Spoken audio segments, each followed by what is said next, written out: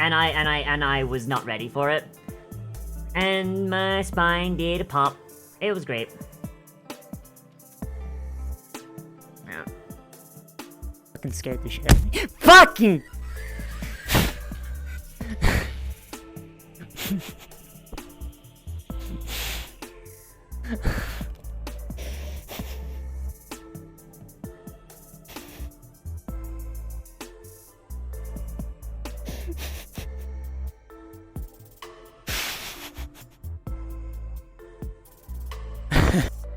Shuttle will be departing.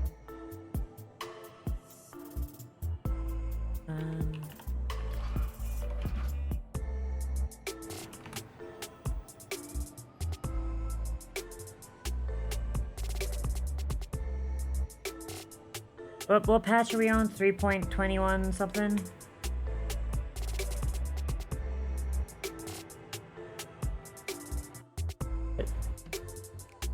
I cannot be held accountable for stuff that I say. Boop. Boop. Stinko. And... oh, fuck! Man's thought. Man's fucking thought. Holy shit.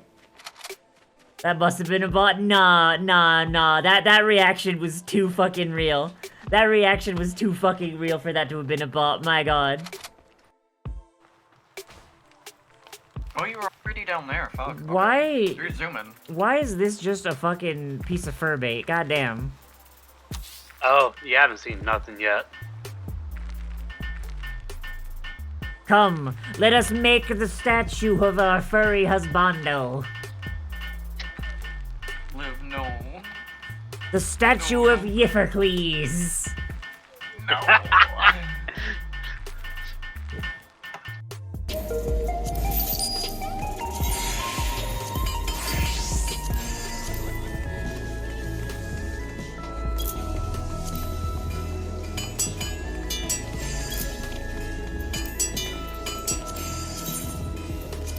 One night we just played through the whole campaign by yourself, but it's like reality check, and you suddenly come to an active zone, fight everyone was orange, and then I was like, yeah. What? Oh god! Ah! I forgot!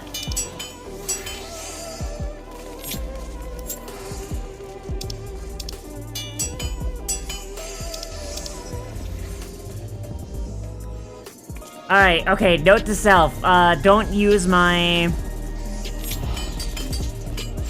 Note to self, don't use my fucking, numpad. Alright, got it. Everything has gone according to my design. As my first order as Empress of America, I institute free healthcare for all, universal basic income, and trans rights, gay rights, marriage equality enshrined in the Constitution, term limits for the Senate and Supreme Court. Somehow. Yeah, no. I mean, you wouldn't believe it by looking at me, you know, fucking like... I don't think anyone can. Don't look at my ass, chat. I saw you. Saw you looking at my ass. Wait, I just realized... Stop looking at my ass. Turns around immediately. Kelvin. Yes. Like, no. Be a Giga Chad. Make it Kelvin. Oh, it's 56 degrees out? They don't need warmth. Fucking cowards. 56? That's fucking nothing. It's 33 out right now in Michigan. There's also in the bottom right-hand corner, you'll see a little temperature gauge that has a red X on it. If you click on that, that'll show you the temperatures of rooms and the out. I like the way you wiggle. Both show. Do you? You're not very wiggly, I'll be honest.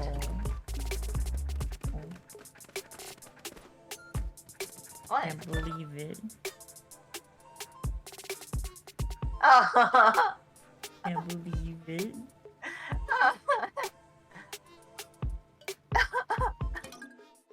do that. Because Pank lied to you. Again.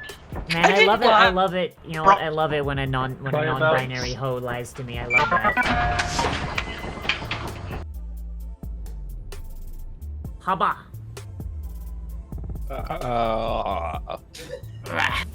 Okay, valid. I think if we want to talk about, like, if we want to talk about human ships, right? Fucking, whoa! Why was he not moving at all?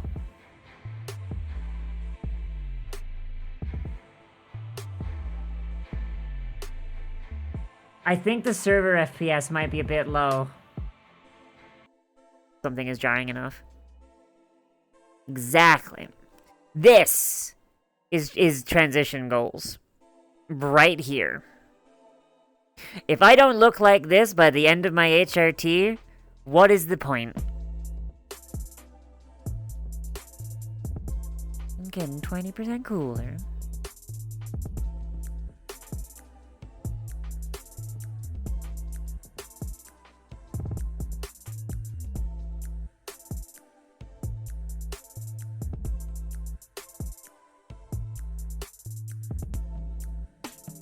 No, it's a big bug! It's a big bug! It's a very big bug!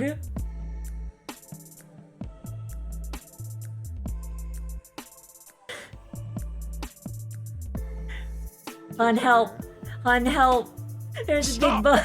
You violated the law. A big bug. Oh, Oh no, I pooped myself. Oh no. Fucking sprint. Oh no, at the bathroom, I pooped myself again. Let's go! Magic! Foolish mortals, quail before my sorcery!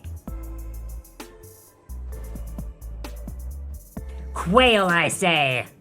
Shit! You didn't see that. It was unseen form, you didn't see it. How many params are... How many params? How many parameters are you? How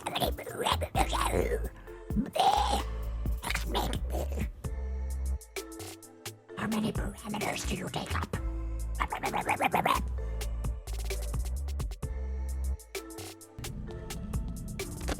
Got your legs. We're going on a ride, boy! Woo! Woo! Meow. Meow. You ain't ready for the day, boy! Meow.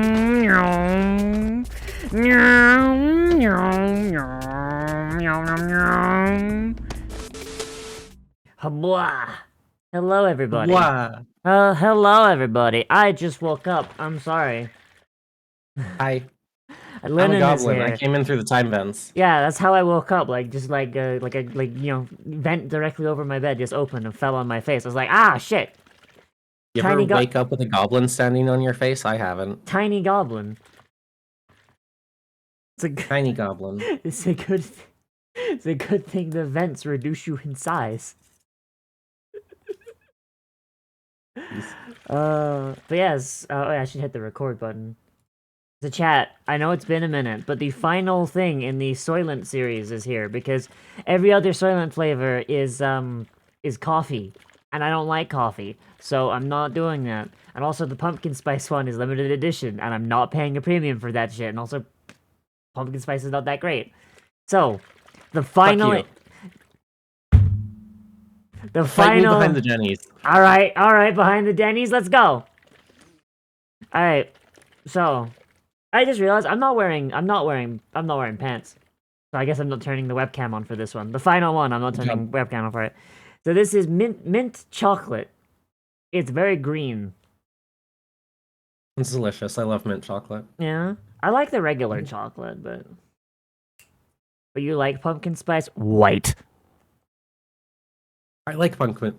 I like pumpkin spice. I don't get the hype. I don't get the hype.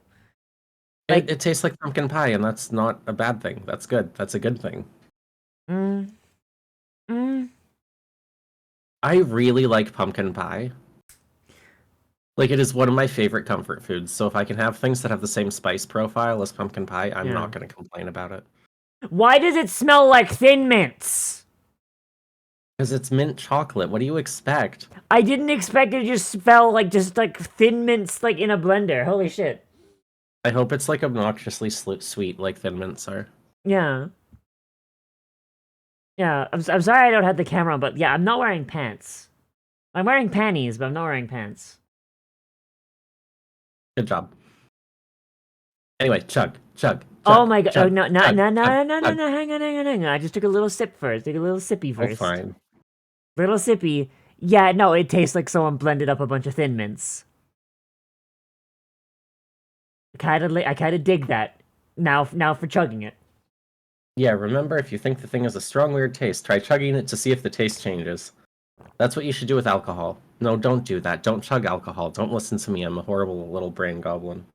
Yeah, no, even when you chug it, it just tastes like someone just put a bunch of Thin Mints in a blender. Gross. Yeah. Or good? I don't know. Yum? No. No. You? That Lennon. That's how you Yum? make Lennon. That's how you make. That's how you make grasshoppers. I- Have you never had a grasshopper before? Not in what you're describing. Wait, do you mean you've Do actually you not- eaten like the bug? Well, yes, I've eaten so many bugs. No, I thought a grasshopper was not made with Thin Mints. It was made with creme de menthe. No, they're made. Well, in America at least they're made with Thin Mints. That's insane. That seems like a weird thing. This Girl Scout Mind pop- goblin. Mind gobbling these nuts. Oh, you got there before I did. Shit. Yeah. Man, no, it's probably Girl Scout propaganda. Let's be honest.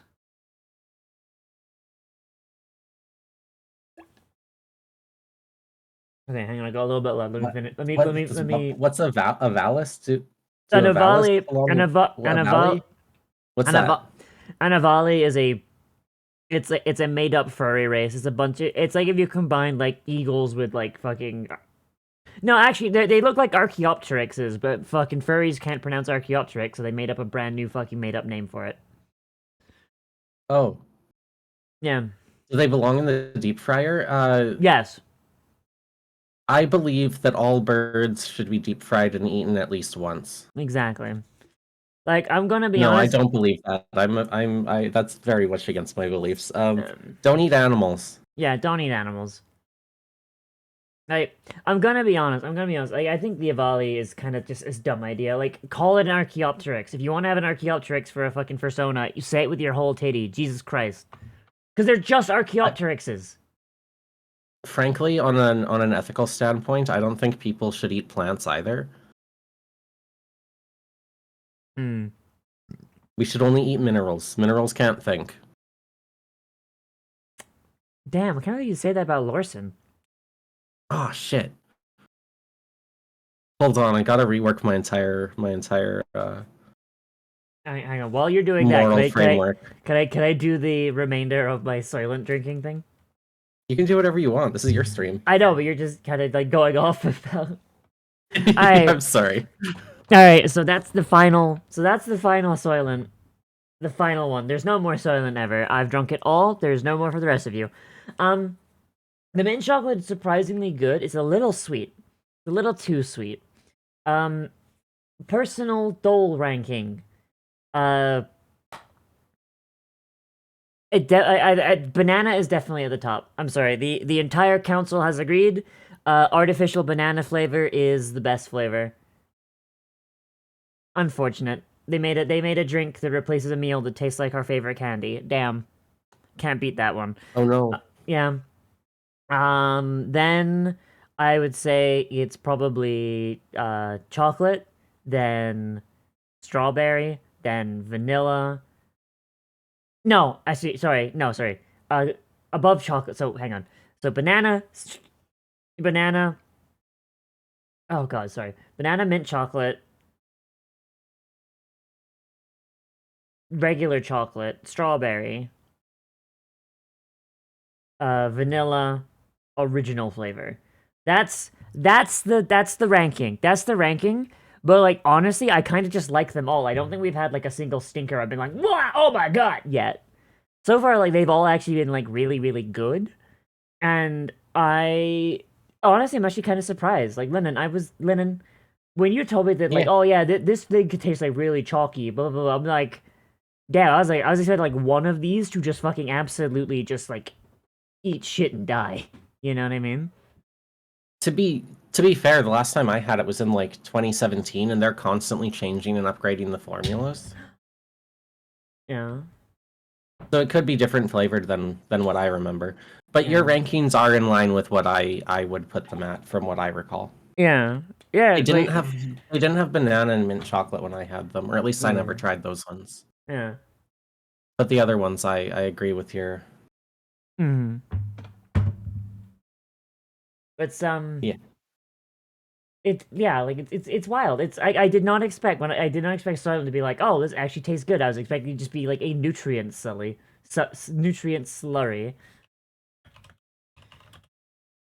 I But wouldn't say oh, it's good, but sure. I think it tastes good. Well, then all the more for you. All the All the boy. silent for the doll.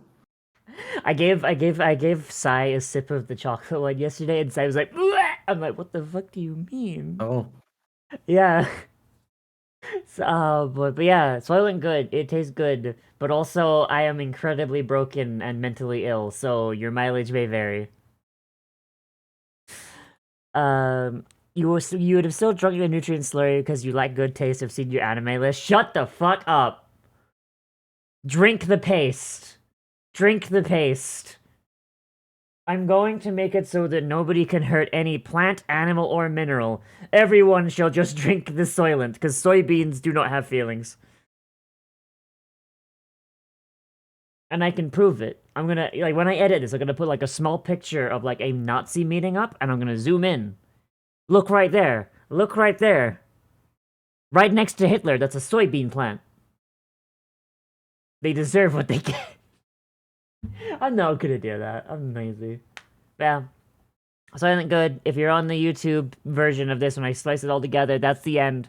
Hopefully this has changed your mind or reinforced your mind about Soylent. Or you just watch someone just drink, like, God, so much soy. So much soybeans. I'm gonna have the biggest hits. If the right-wingers are right, I would have, like, quadruple Ds. Because of all the soy. Damn shame. anyway, There's- don't drink animals. Drink Soylent. Yeah, drink Soylent. We're singling out soybeans like wizards did to dwarves. Oh no! No! Oh god. I'm sorry. I'm sorry, Lyndon. I am awkward. I'm awkward. I'm sorry. Yeah, it's good. We all are. Can't believe it. Can't believe it. I'm doing to soybeans what the Selenians did to the dwarves. Alright.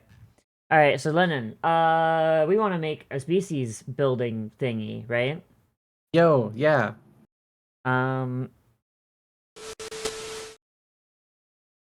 Potatoes are just floor soy? Oh my god. What? Potatoes are just floor soy, apparently. I don't understand. Hmm. Actually, Lennon, What's up? I have a question for you. What's up? If you're against, oh god, my music. My music just came on as really loud. So if you're against, like, hurting plants, what if the plant, is incredibly, has a part of it that's incredibly poisonous? I'm not against hurting plants. That was a joke. Okay, no, like that, like, I'm not considering the bit. Apparently, I'm sorry. that's fair. What if the plant is poisonous? Yeah, what if the plant is That's poisonous? just a self-defense mechanism. It just means it doesn't want to be eaten all that much more. Yeah, but like tomatoes, where like the fruiting body is fine, but the leaves are horribly poisonous.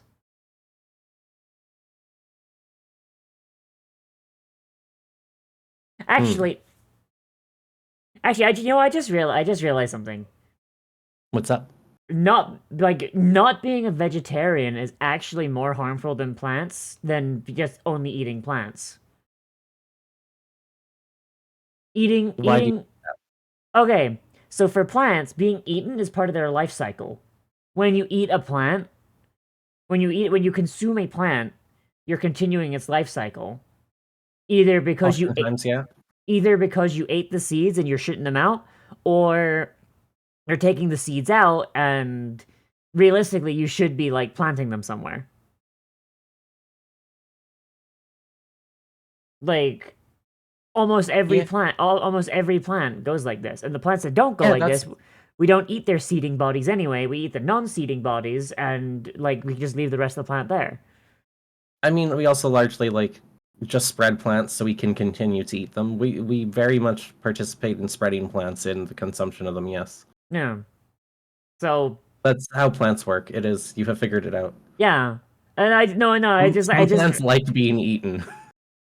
yeah. So I just realized, yeah, like we have no, like, yeah, eating animals is just being an asshole. Fucking eating plants is being a bro. Unless Like- they're parasites. Are parasites animals? Yes. So yeah, I guess there would be certain parasites that would probably want you to eat them. Yeah, but like, but That sounds like a bad time for yeah, you. that's bad for us. Yeah, like plant. Okay. Yeah.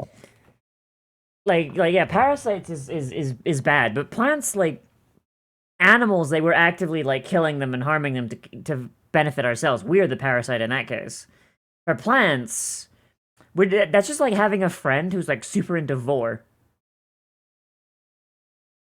You know, like he's not hurting anyone. He just wants you to eat him.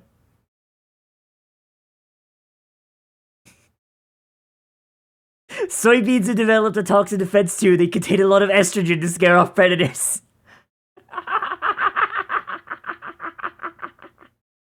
Leonard, are you okay? Did bringing up vor scare you off? No, I'm fine. I got distracted by completely irrelevant things. Uh, I apologize.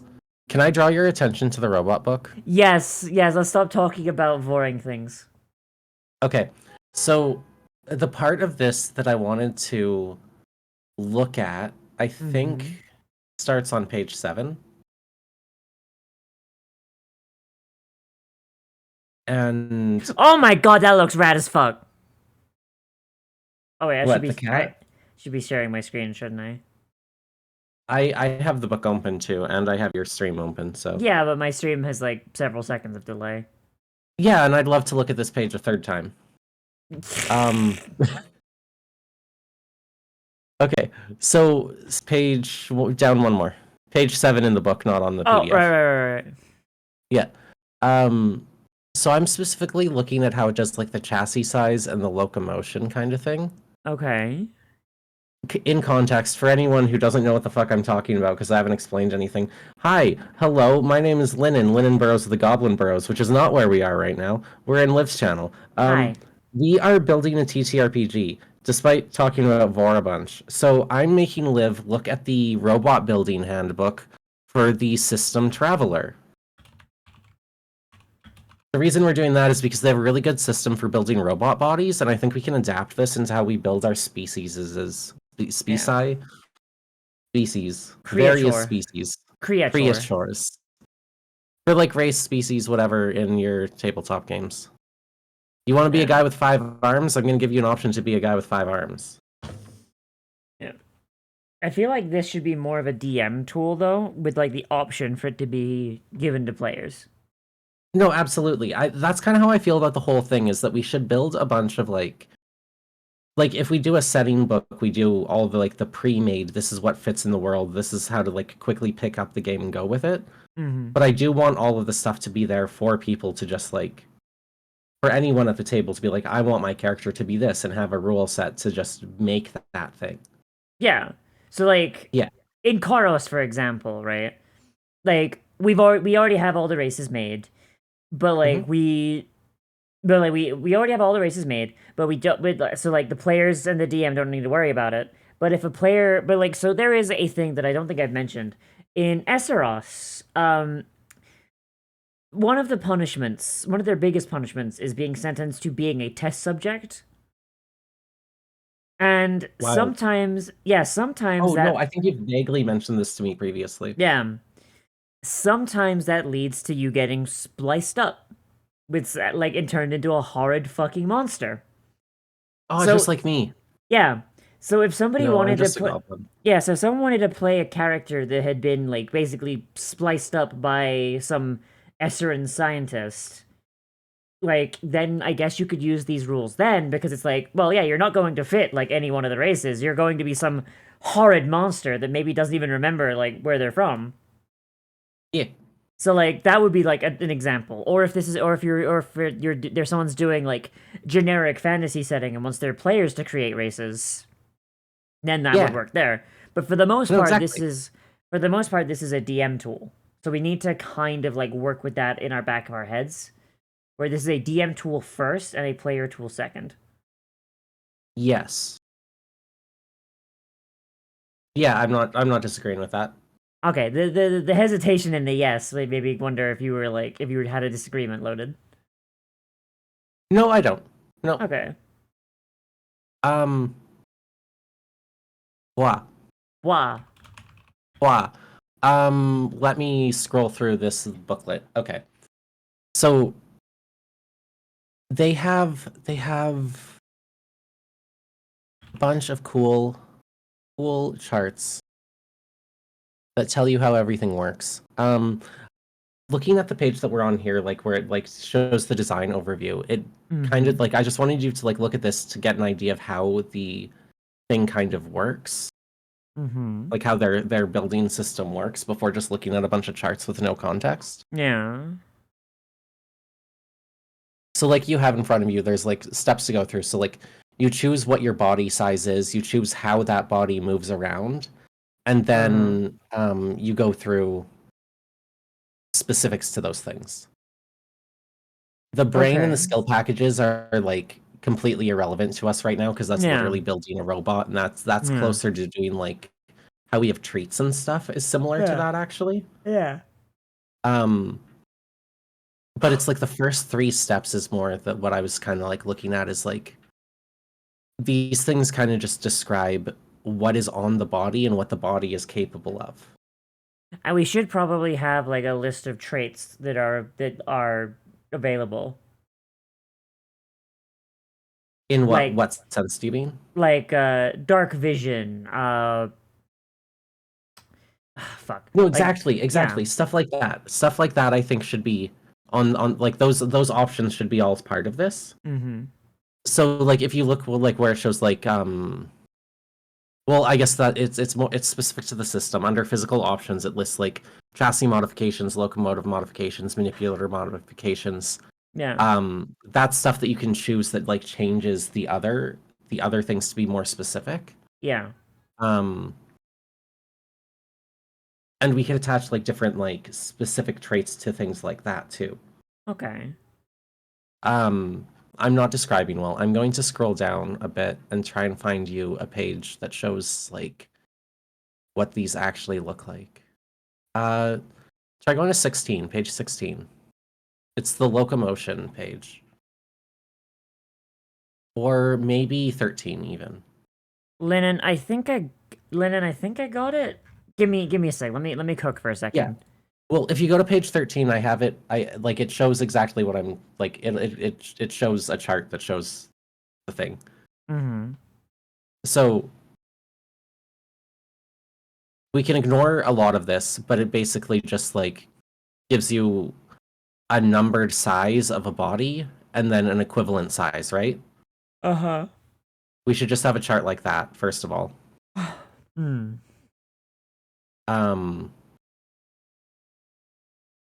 But I wanted to work out like a way to like build like basically with these like how this has this like I want to have a chart that is basically this like a body size, like choose your body size, like it doesn't have to be numbered, it can be like tiny, small, medium, large, whatever. Yeah. And then we could list equivalent sizes. And then like strength modifiers or whatever modifier comes with body size. Mm-hmm. Is what I'm thinking because Yeah. we don't have the same system, so base slots, base hits, stuff like that doesn't matter. Yeah.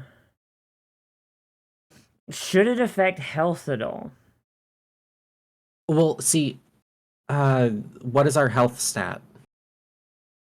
The combat endurance. I meant, sorry. Or should it? Because like we can't really make whatever we can't- stat makes that number go up is what we should have that effect. I think. Yeah, probably that's true. Yeah. Yeah. And then maybe we could have like a chart that's like for the equivalent of like in this it would be like armor or something, but it would be like hide, I guess. Like how thick is your skin? That could directly affect combat endurance. Or maybe we could just make it affect your natural armor. Like Yeah, we could have Yeah. like a natural armor you thing. got Yeah. natural armor, and then you put your actual armor on top of it. Yeah. So that way, if you Oh, yeah. so that way, like for example, use the Dragonborn as an example. Their skin Yeah. is dragon scale, and dragon scale is one of the strongest like materials on the planet, in Karos at least. Mhm. So like just to throw a number out, like maybe if someone's playing a Dragonborn wizard, right? They've not taken any points in in armor proficiencies or anything. But it doesn't really matter because even if they are butt ass naked, like they still have a damage threshold of say 7, Mhm. because of their scales. Yeah. Yeah. Liv, But- would you look at page 16 now? Okay.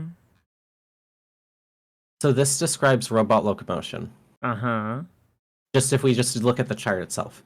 It gives like various methods of locomotion for a robot. Uh-huh.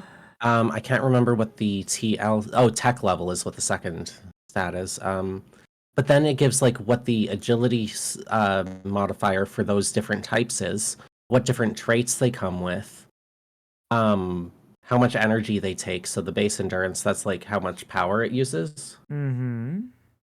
And then cost multipliers, just you're building a robot, it costs money. Mm-hmm.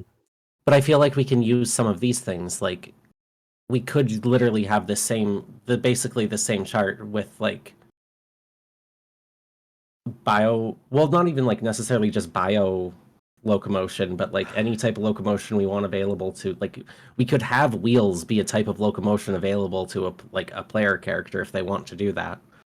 That'd be weird, but why not? Oh, This is I think supposed to be well, maybe attach that like to a setting specific part, but like for now, then let's like assume people have 2 legs.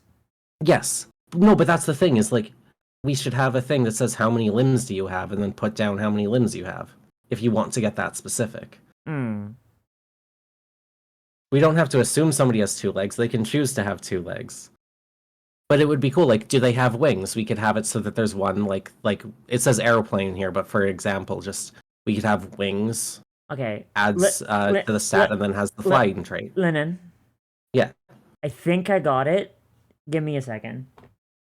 Give me a second to type something up, please. Okay. So, I guess I'm going to make another chart. So,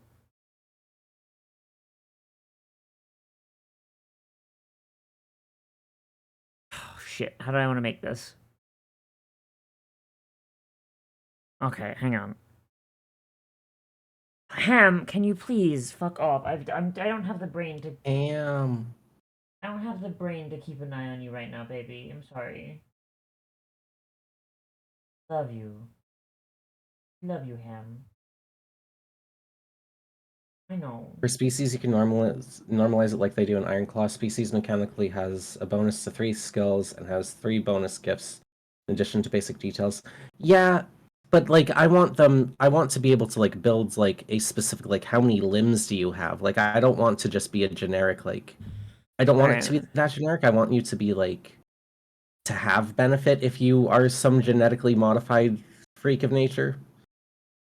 If you have 6 arms, you should have a benefit for having 6 arms, or a downside, or something.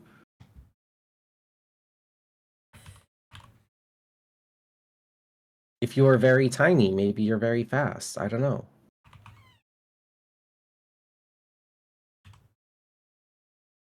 I don't think I need this last one. Ham really wants attention. Cats deserve attention. No. Okay, Ham, come up here then. Ham, come up here. Stop licking my toes. Come up here. Baby. Baby. Baby, come up here. Okay. Alright, so just as an example, I don't know what this final one would be. I had something and then Ham distracted me. I'm still very sleepy, Lennon. It's okay. So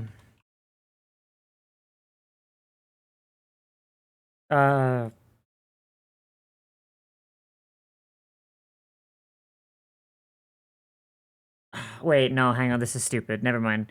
Okay, so I was trying to turn it into a table, but like I'm dumb. I'm extremely stupid. Okay, you have the right idea, Yeah. but it's gonna have to be more than one table. Okay, how do I fucking delete this goddamn table? Highlight it and delete it. I don't know. Can you do that? There we go. There Oh, we yeah. go. Oh, okay. Because I think like you need one table that just says like skin or hide or however we want to say that, like no. like what type of skin you have, and then it's just like thin, normal, thick, Okay. scaly, stuff like that, and then it'll Okay. have like whatever the modifier or bonus you get from that to your races. But this means we'd have a Okay. lot of modifiers in this system if we do it quite that way. Which might not be the best idea. But then again, yeah, this is a DM tool first. Yes. Unless the modifiers from like species stuff aren't huge and there's not too many of them. Yeah. Like your species should not like dictate your entire like you should not like be like I mean people would not be building their species for their class anyway. People would not be min-max because this is a DM tool.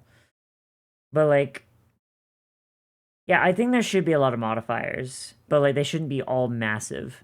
Like what like you know, you shouldn't yeah, like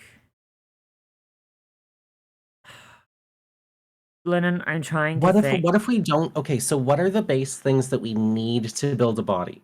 We don't need to say what kind of skin type. That can be like a separate modifier that's just like you have thick skin.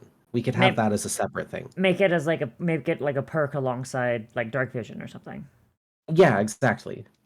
What if we hear out what Van was saying about the 3 skills and 3 bonus gifts type thing? Yeah. What if we have like just what you had down? We need Lennon. size. Lennon. Yeah. We're dumb. We have Why? a system that's already has like most of this like available. We just need to copy it. What is it? The treat system. Oh yeah, it would be we basically just like like We literally okay. guess, Building your race, right? We literally already have a system existing in the system that we could just port over. So when you're making your race, like it's just you pick like, all right, how big are you? And like none of it. And by the way, that's what I'm trying to list. One second. Like you pick the things that don't have any modifiers whatsoever on your stats, right? So, you know, like how big you are, how tall you are, fucking like basically like cosmetic shit, right? Just like that. So that's the thing. And then it's like, right, how do I make this fit what I want to do? And we just have like a list of treats. We just have like a list of treats. Like it'd have to be a long fucking list, but just a list of treats is like dark vision, scaled hide, fire breath, having a tail. So not even having a tail, having a prehensile tail. So like you could decide, you know, I would be cool if I had a tail. But I'd like it to be able to do things. Yeah, no, that works. Yeah. Yeah. Like every race just has like a pool of fucking like we make each treat have like a cost. And then we say like, right, you have a pool of 50 points per race. Spend those to get that treats. Seems big, but I don't know how these numbers are going to work. Once again, throwing number, we still need to work on the numbers anyway. But like, I'm gonna type it up. For building a race, you basically are saying it can look however you want it to. Yes, and then all the mechanical stuff is racial treats that you just yeah, and maybe like So as you hang on. Okay, go ahead.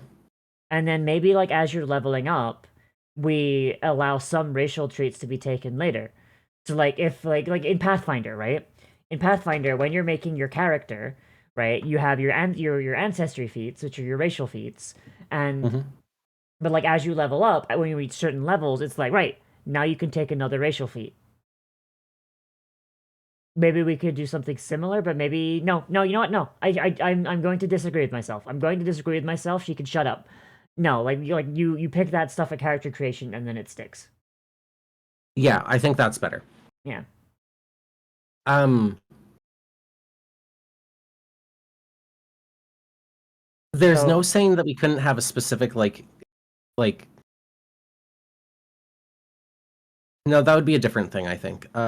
We I was gonna could, say have like a have like a racial trait that like unlocks more power at a certain level, but we don't but do we don't we're really not doing have levels that way, yeah. so it doesn't. What we could do is we Yeah. could make a treat that basically the treat is we call the treat like mutation or something, and it's when you take it, you get to take one one racial feat equal to the amount of points you sink into you sink into the mutation treat. So if you're building if there's a racial feat that you really want, but like the DM has Oh, that would but be cool. Yeah, I like yeah, that. but like so you're in a setting where the DM already has all the races, but you're like, man, in this book there's this one that's like being able to like spit acid. I really want that. Well, then you take the mutation feat and you dump however many points that the acid breath feat is into it, and then now you can take acid breath. You know what I mean? Yeah, yeah. Okay, hang on. Let me type this up so like I can actually.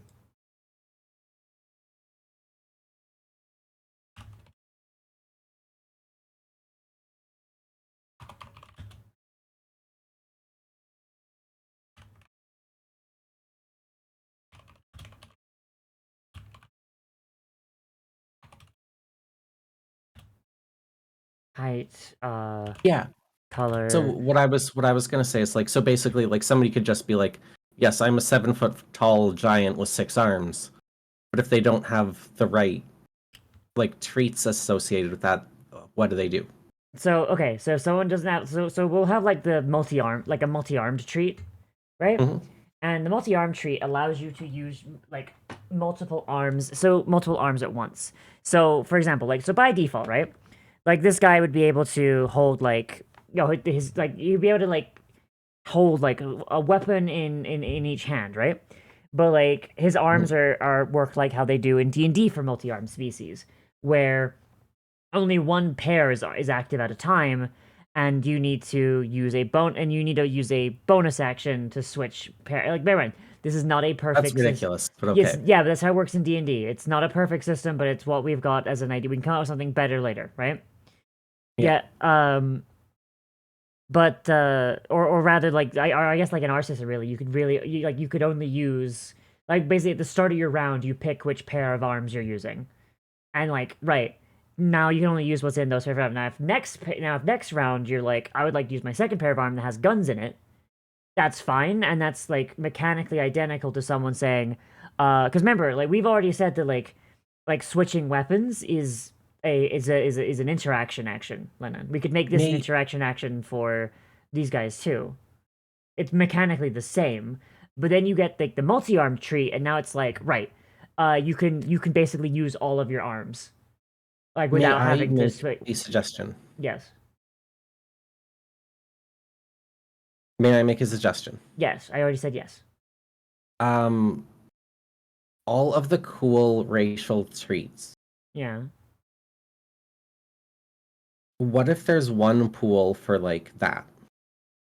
Like, what if there's one group of racial treats that are the cool things? Like, you can spit acid. You have fucking syringe fangs for drinking blood, stuff like that. Mm-hmm.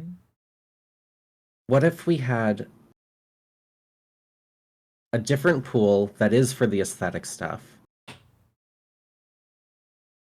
that you like need to pick 3 things?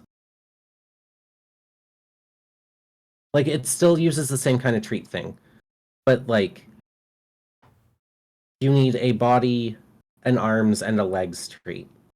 Mm-hmm. And there'll be a list of like different body treats that you can choose that describe like size and Maybe just size. Maybe it's just like a size thing. Like you have to choose a size, you have to choose how many limbs, and you have to choose how many legs, and those inherently have traits attached to them. Mm-hmm. But then we'd have like the whole pool of other traits that would describe what what that actually like looks like otherwise. So like what we had already talked about with the traits. So Like what if you want your limbs to be like tentacles instead of limbs, you could take like the tentacle trait. I don't know.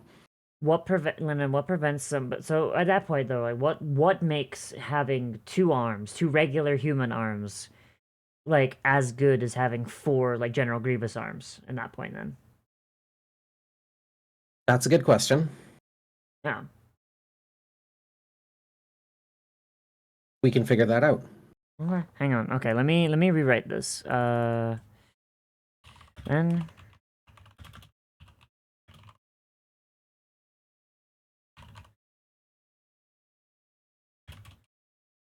I just don't like the idea of somebody having extra arms and it not mechanically making a difference inherently. Yeah. So unless we lock that, like literally just lock, we could just lock behind any. We could hold on. Here's a different idea. Mm-hmm. We can assume that any player, like any player race or any race, like any humanoid creature, is a humanoid creature. Yeah. Like the base framework is always a one-headed, two-armed, two-leg medium creature. Yeah. So everything fits the same, like for the most part, flavor-wise, everything fits the same kind of niche. Okay. And then the treats describe everything that's outside of that specific thing. Yeah. Is that just how to do it? Like the I assumption think that so. like Yeah. by default you are a humanoid. Like by default you're essentially a human. Yeah. And then when you build the race you take specific things. But then how do we decide how many you get and like what happens? By balancing by game testing and balancing, Lemon. No, but I mean, okay, yeah, I guess. I mean, initially, what is your thought of like, is there like like just a limit to how many treats you get? Is there like, do you roll for them? That would be weird. I mean, this is a DM tool first and foremost. So like the DM. So realistically, we don't need to put as much random chance here. Yeah, I'm thinking that like yeah, no, that's true. yeah. So I'm thinking that like okay. So your average like I hate to go back to D&D, but like but Pathfinder does this too. Your average race in D&D and Pathfinder has four like traits usually. You know, like dark vision, elven accuracy, et cetera, et cetera, et cetera. So are we making each racial trait cost the same, or do some cost more than others?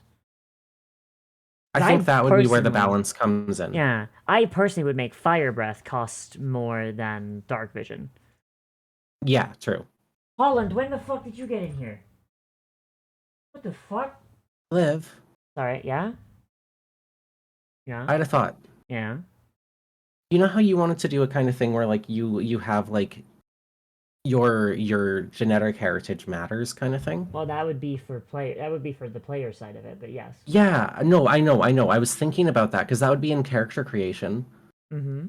What if there's just a bit where you get to choose like a stat increase and then a free treat, Okay. or a free like even just like a free racial treat? Yeah. That makes sense. Yeah, Maybe- a free may- racial maybe- treat. Maybe And, maybe make it that you can either pick a racial treat or a normal treat for character creation. I think we should restrict the normal treats to the leveling up. Yeah, but if someone's like a regular human, like a regular human's racial treats are not going to be all that good. Oh yeah. So if we make it available to both, then if your parents Yeah, are regular, it could also. please Go let ahead. me- Go ahead. If you're if you're a regular human, right? Well, you're not inheriting anything from your parents genetically that's interesting. You could inherit like, oh yeah, well, my daddy was a gunslinger, and so he like when I Yeah, was young, yeah. he taught me how to gunsling, and now you have like a gunslinger related treat. What I was gonna say is it would represent your kind of cultural background, which Yeah, is close to what you just said. Yeah, cultural background, upbringing, etc. Mhm. Yeah. So it'd be like basically like a family background section Yes. whether that's a genetic background or a cultural background, you get to choose in character creation. Yeah, and like if you're half dragonborn, but like you've made yourself look like more like your human parent, yeah, like you can still breathe fire. It just like it comes out of nowhere when it happens. I think that'd be funny. I think that'd be really funny. Or someone who's like, oh yeah, I'm half centaur, half I'm half I'm half centaur, half mermaid. I got both the human halves, but I can swim real good. I think that would be Yeah. really funny. All right, Yeah. but hang on, let me write this up and let me know what you think. Okay. Um.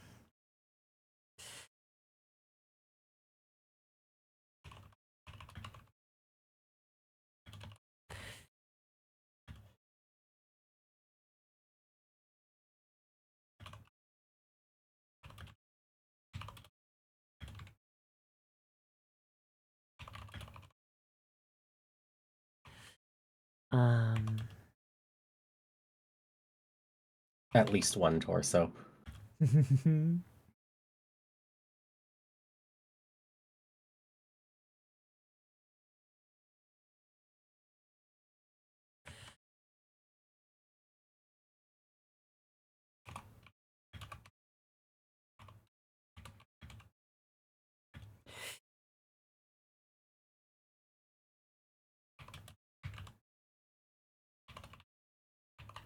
Oh, hold on. Yep. Oh, cool. We got 2 bots. I got it. Oh, thank you. Oh, you missed another one. I'm going. Is there another one? No, you got him. It just it's because Twitch automod caught it. It's not deleting it on my end. Oh, okay. You could have positives and negatives that take and give points from the point pools. If you're non-human, you have some baggage to go along with your inherent buffs. On GM side, you can have more simple chart to provide suggestions amount of points you want to give a playable species or you want to give a monster. So that's actually, Lennon, that kind of reminds me of Project Zomboid, and I kind of like that as an idea, what Van just brought up. The idea that the idea that there's negative traits that give you more points. Liv, I love the idea of taking. I absolutely love the idea of taking. What I want? Flaws. Taking flaws to give you more points to take traits. What's the opposite of a treat? That's what I was just about to ask. Hang on. Treat antonym. Antonym. Okay, antonym. Depression. Would you like to take Would you like to take a depression? I'm gonna say that I really like the idea of just unhappiness. Please take an unhappiness. A woe. A woe, a want, a need, a dissatisfaction. None of these fit right. I've got to be honest. A want kind of a want or a woe is kind of fun. Look at verbs. Scroll down. Verbs.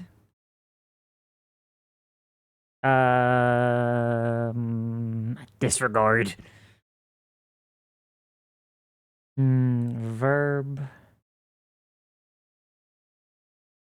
Injure. Oh, treat and takes.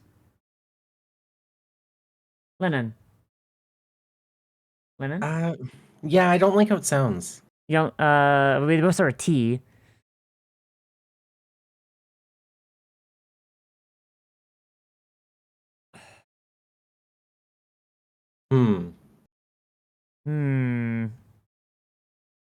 Maybe some traits come with a flaw. We could just call them flaws. Yeah, that's lame. Well, no, flaw doesn't fit right. It doesn't feel the way that we have it feeling. I think that take works because whereas a treat is it's giving you something nice. Like the takes are literally like, no, give me that. Like we're taking something away from the I feel players. like it doesn't. Yeah, but I feel like it doesn't sum up how it's a negative, like in the negative, in a whimsical way. It's a negative that gives you like Yeah. more points for something positive. So, huh.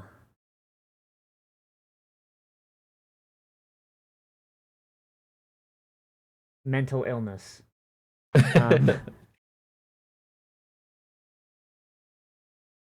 What if it's a catch? Taints! Taints! No, not taints. Cat, you want to call it a catch then? Yeah, what if it's a catch? Okay. Like, you can have a treat, but there's a catch. Okay. I don't know. I don't know. I like that. I don't like taints. I'm so sorry.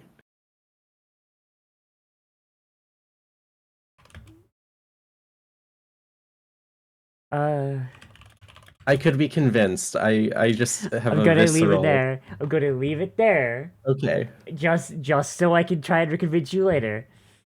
To give you a negative,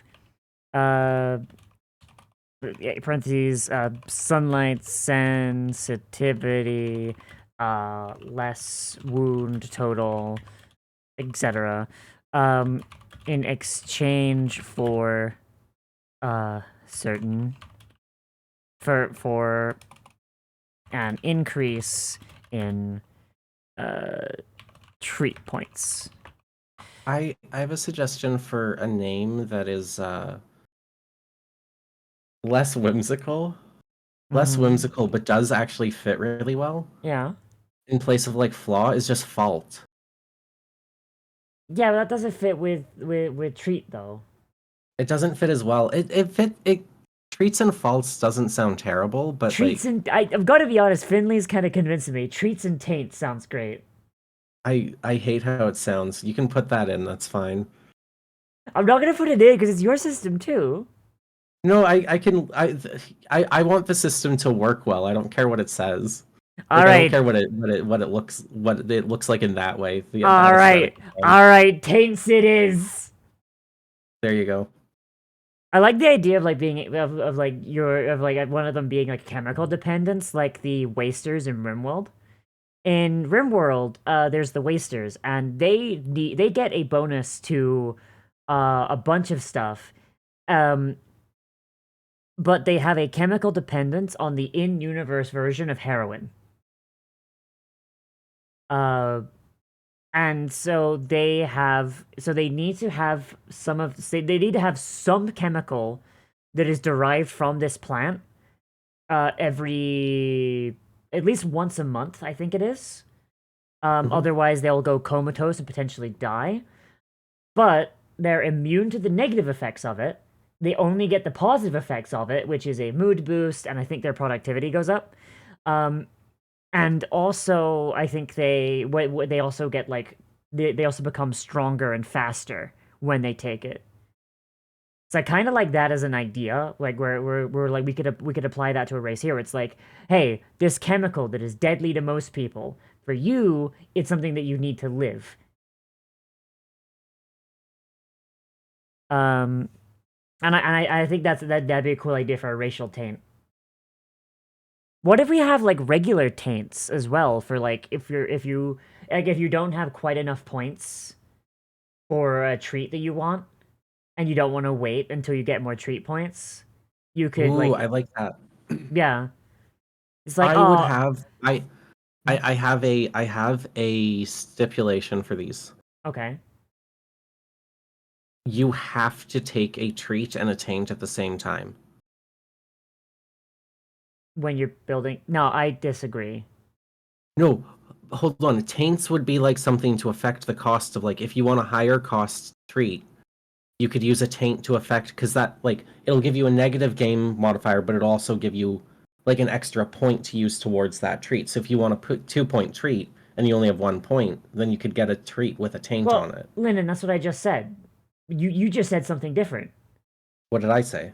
You said that when you take a treat, you must take a taint. No, I meant the other way. Okay. If you take a taint, you have to take it. You have to take a treat in order to take a taint. Okay. Like you can't just take a taint on its own to store up points or anything. You have to take it when you're taking a treat. But what if you take 2 taints at once? Like if there's a 10-point treat that you really want and you've only got 2 5-point taints. I feel like you'd have to have at least 1 point to go towards getting a treat in the first place. I I'm gonna vote that we stick with the way that Project Zomboid does it for now, if only because. Can I explain why? Okay. Because our treats are essentially our level up system. Uh-huh. I don't. I want to maintain that framework Mm-hmm. so that you're only getting those extras when you're supposed to be getting something anyway. Okay. So, Like, so you can't just like this. This is my idea of a method of stopping somebody from just taking all of the taints and as many treats as they want. okay.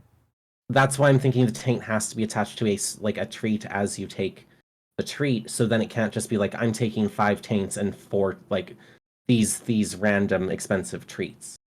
So, my argument against that, Lennon, is if that person wants to make themselves super powerful and at the cost of becoming basically like, cancer ridden, like cannot be able to see sunlight, having a chemical dependence, because we can make some of the taints extremely debilitating.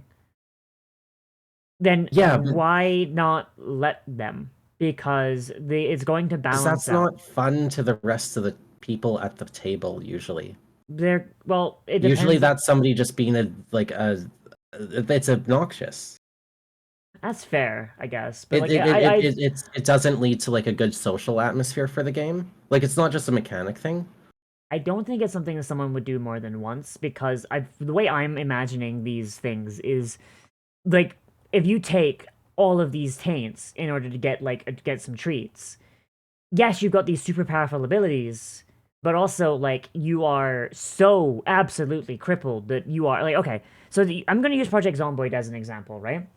Mhm. In order to get like really really good abilities, right? Like a lot of times it's a good idea to take the smoker trait, right? Which gives you a free 2 points, which goes actually pretty far in Project Zomboid. But then you've also got others like bad teeth, which means that your mood goes down when you eat because your teeth are all fucked up. There's another one that's like broken leg, where the zombie apocalypse happened and you have a broken leg. So now for the first like I think like in-game like month, your movement I speed is just cut don't in like half. the idea that you can just yeah, I just don't like the idea of just like being able to like have more like I'm fine with being able to get like a more powerful treat early, Mm-hmm. but not more treats than you should have. Yeah, but like my argument Because is it's like our level up system, I don't want. I know that it's supposed that you see that as self balancing.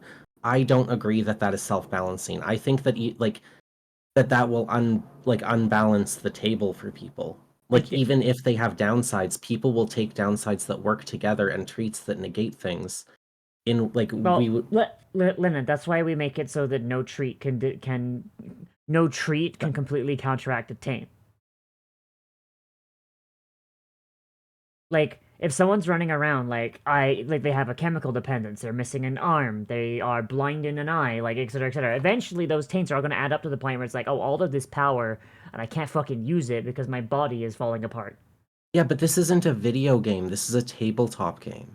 Yeah, I don't see This how what Video I games have strict rules that you can't get around just by like negligence or neglect on the DM's part to remember a you, rule. you want to make Everything's hard coded in. this dumb DM proof. A little bit more than letting people run away with infinite power, essentially. Okay. Well, It is to me like just a balance thing that like if the treat is our level up system, you shouldn't like be able to take a mm, treat when you're not supposed to be able to take a treat. mm-hmm. And taking just being like arbitrarily at character creation, being like I effectively have 10 levels worth of things because I took downsides on all of them Yeah. doesn't feel right to me. Okay.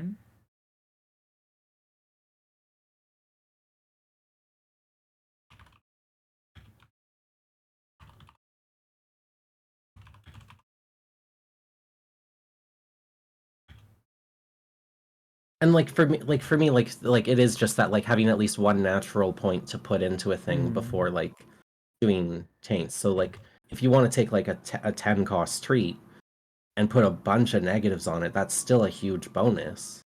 It's just Yeah. you needed to have that one level essentially to get that treat to begin with.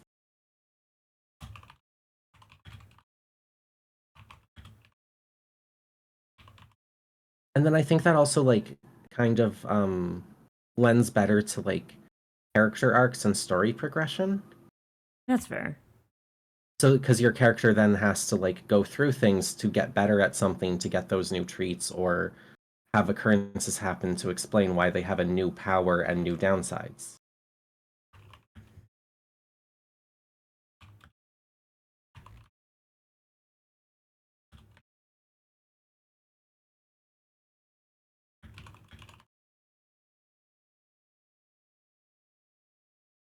Okay, so I'm gonna write the taints part.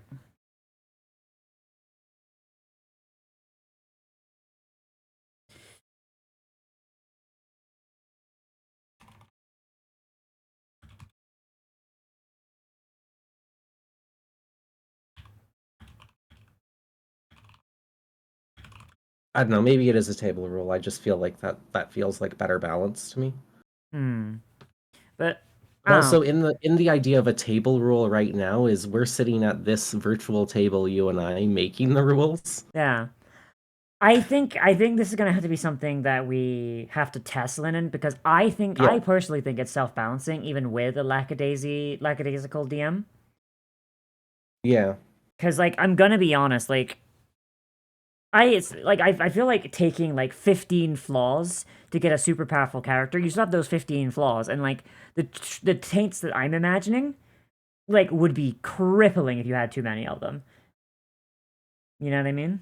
No, I get that. I just think I I just think it's the same thing. Like I think it's essentially the same thing, just with a more balance of being able to take more powerful things rather than Mm. more individual things. Mm. We'll have to see when we get to Because that's testing. how I'm thinking of it. Is that the taint would let you make a more powerful thing, not have more individual abilities. You'd have just a more powerful ability with that bonus. Yeah.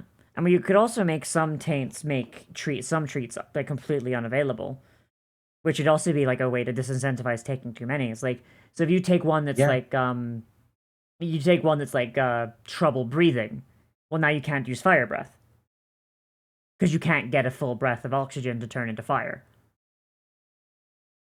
You know what I mean? That's true. Yeah. Yeah.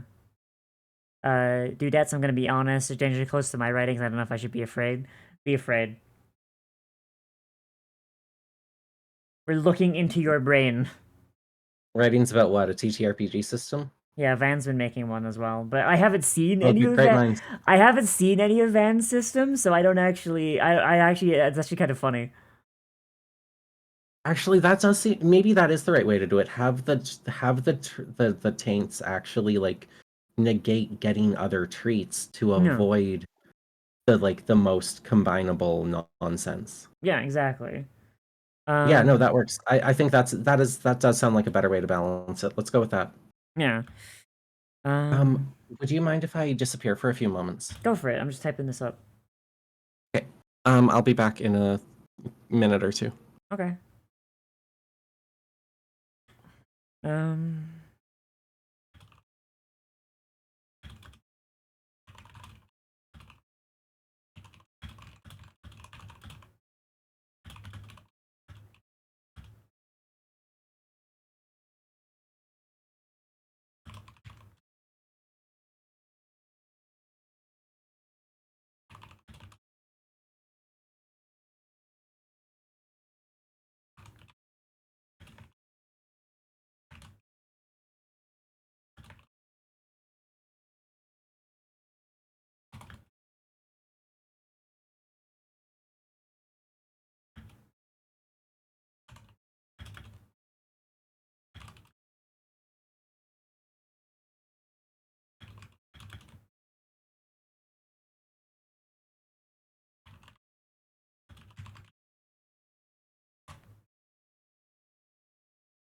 Um.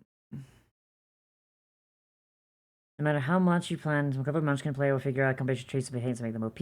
It's not failing your system if they do, only failing if everyone is doing it. Exactly, Jax.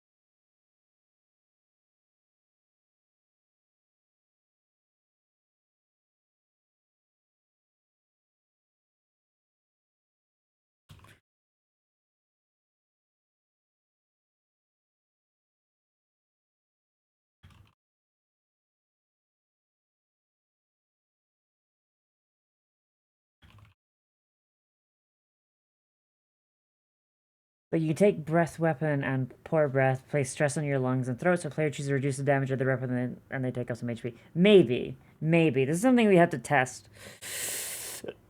Ugh.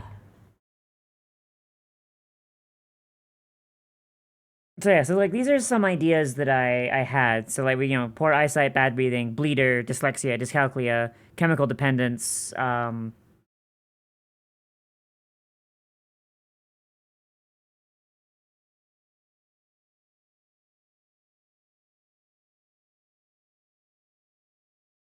this might be Goblin one. return. Hello, Goblin. Hello. So I came up with some potential taints, like just as like Oh, yeah, examples. tell me things. So like like poor eyesight, so penalties to vision-related abilities, bad breathing, penalties to endurance, and inability to use breath weapons. I definitely read that as bad breath, initially. I mean, bleeder, double wound damage. So if you take like 3 wounds, instead you take 6. Dyslexia, penalty to anything reading related. Dyscalculia, is math related. So these could actually be really fun, especially for for magic users. Oh yeah. Because okay, so dyslexia, like magic is like written words, right? Yeah. You have dyslexia, and you're a wizard. Casting a spell would take you twice as long. So maybe if you have hang on, so magic users take oh god, my IHs take ×2 rush when spell casting. So basically in this case, right, so like you cast your spell, but if you want to do anything else that turn, because it took you longer to do it, to cast the spell than someone who doesn't have dyslexia, you like if you do another action, it's got a -2 to rush instead of a -1 to rush. Oh. Because you took longer. And then dyscalculia can be for tech users, because tech is usually math.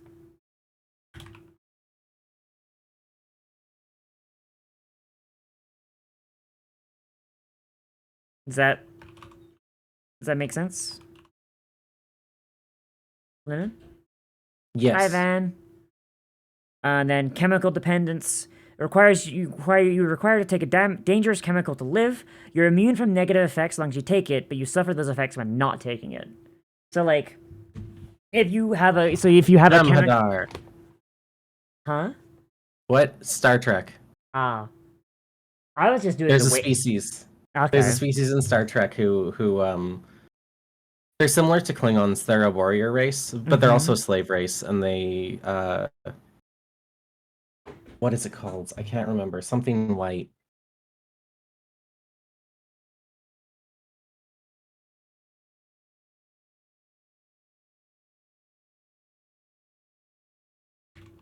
Tetracell white. They have to take Tetracell white or else they die.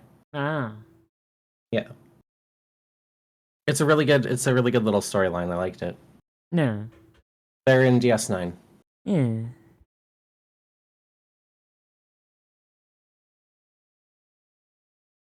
Yeah, sure. Yeah. But that's chemical dependency is exactly that. Huh? No, I'm okay. But yeah, Lennon, I think that's I think that'd be a good idea. Like just like hey, yeah, no, like fucking like, and even then you could have it be like the worse the chemical. Like maybe we could have like sub things like the worse the chemical. Like the thing is like says like, oh, like your chemical dependence is a mild hallucinogen, or to the point where it could get really bad is like your chemical dependency is the deadliest poison. Hold on. What if for that to work? What if there are worse versions of taints that are the same taint but worse? Yeah, that's what I'm thinking. What if like above chemical dependency could just be like debilitating addiction. Yeah. And it would just be a worse effect of the same thing. Yeah. I don't know about flavoring specifically the type of drug, because I feel like that should be left up to the player and the DM to decide. Well, yeah, like that would be like Hang on, let me just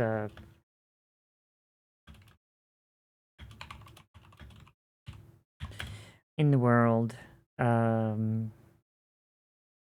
with your DM, this is your dependence. Maybe, like, we make it so that poisons have, like, rankings, and the amount of treat points you get from this treat is equal to the rank of the poison. That way we don't Okay, need to make make a note multiple somewhere to treats. make a poison system. Yeah, Oh, but we'll totally have a poison system. That'll work in with like the everything else charts. yeah, exactly. Yeah, yeah. They're inherent to what we're doing. There will be kind of a ranked poison thing. Oh, maybe that's how we do it. Like each, like when it comes to elemental stuff, there could be a thing where it's like levels of elemental damage. Yeah. Yeah, see? You see, you're getting it, you're getting it. Can you choose Yeah, enriched that's fine, okay. uranium? Oh my god. I don't, come on guys, I just need a fix, like crunching on like a uranium rock. That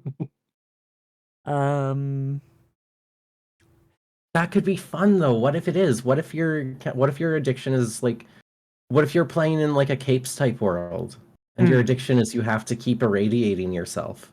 Yeah. Like maybe your power is radiation, but you don't generate your own radiation, so you need to keep consuming more, otherwise you'll die. See, this is why this is fun to me, like having Yeah. this type of system, because it's like, okay, chemical dependency, how do I flavor that? Yeah. I am the inverse of Superman and I have to continually eat kryptonite.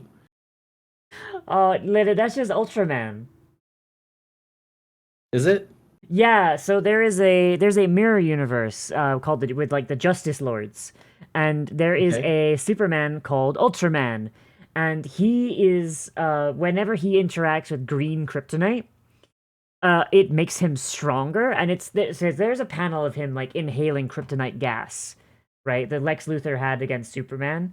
And he's like, "Oh, well, you're just alternate universe Superman. Kryptonite gas, go!"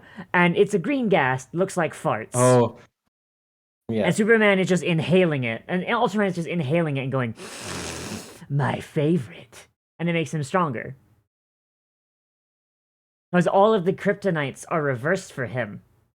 That's what I thought at first too. Yeah. Oh god. Like Oh Ultraman, god. the Yeah. kaiju related series. Yeah. Yeah. So like all kryptonites are reversed for him. So green kryptonite makes him stronger. Blue kryptonite weakens him. Unfortunately, blue kryptonite is incredibly rare because it makes Superman stronger, and he's fucking Superman, so the comic doesn't want blue kryptonite everywhere.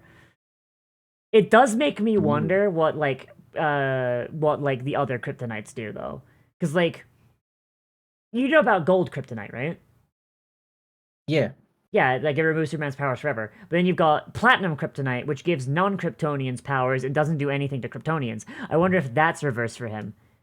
But then, Ooh. what does rainbow kryptonite do? Because it makes Superman gay. What does pink kryptonite do? It makes Superman a woman.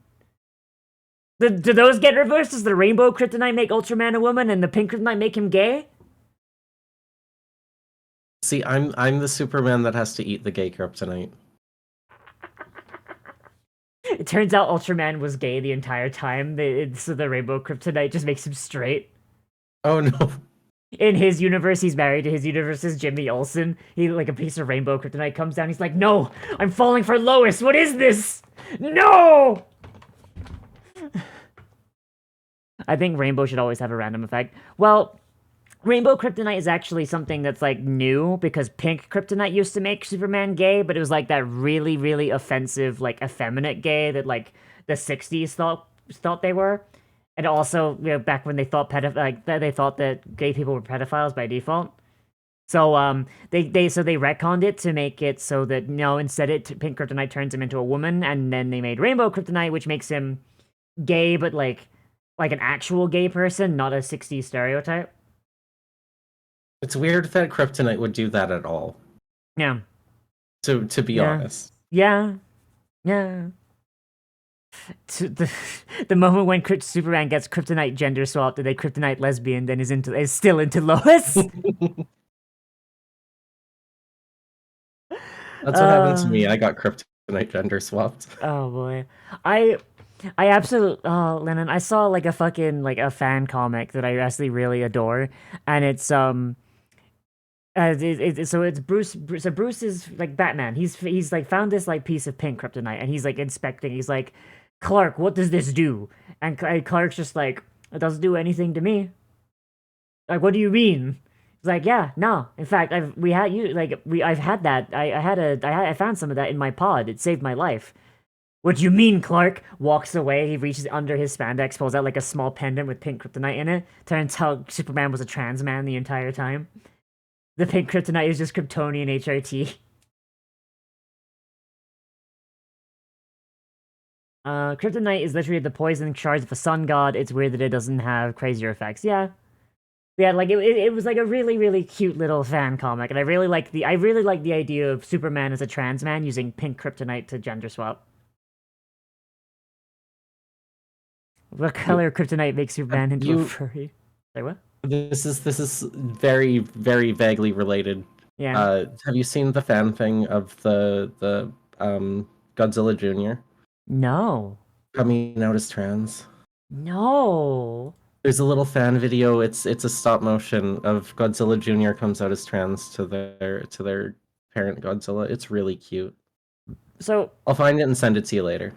Lennon, I do actually have a question for you. What gender is Godzilla? Which one? Yes. Well, it depends on the Godzilla. Normal Godzilla. That doesn't answer it. The original Godzilla? Yes. The one that it's kind of ill-defined because it's a lizard. Godzilla lays eggs. No, Godzilla 98 lays eggs. Oh, I thought all Godzillas laid eggs. Zilla. Zilla is not Godzilla. Zilla is a lady. Zilla is a Okay. lady, and Zilla is a different creature. All the other Godzillas are dudes.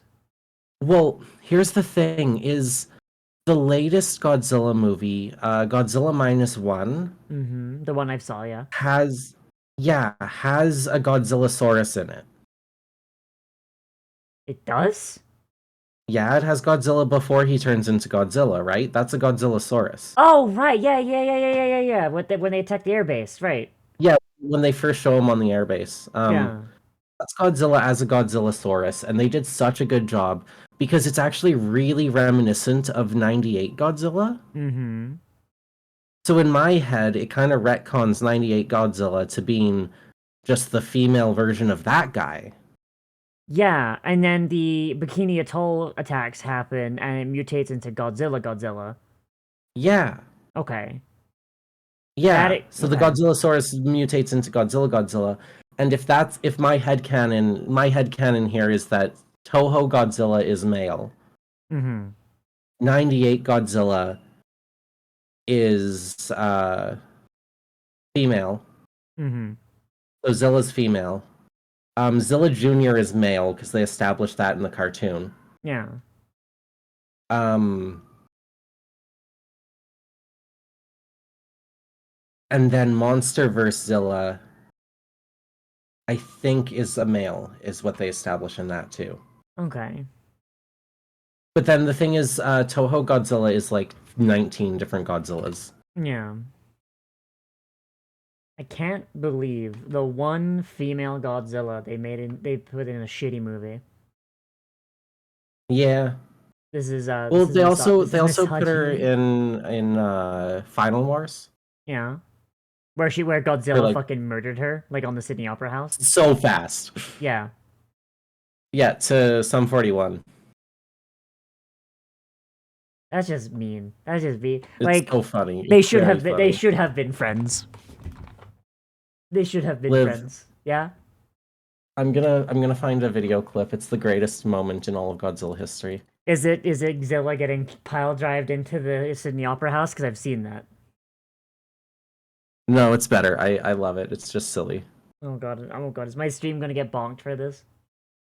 No, I don't think so.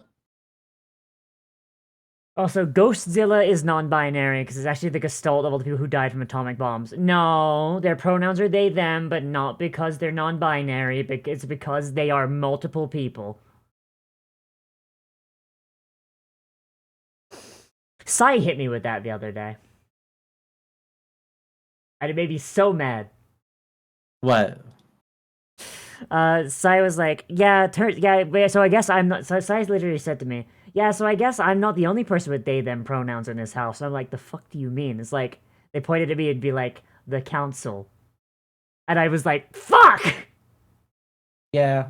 No, I make that joke all the time. I literally on my one profile, my one social media profile, have we, they as my pronouns. We, they? Oh my god. Yeah. Alright, so we got our treats, we got our sure. taints. I'm gonna send you my favorite Godzilla clip. Okay. Feel free to share it with your stream if you want to. Oh my god, fuck off, Kamala!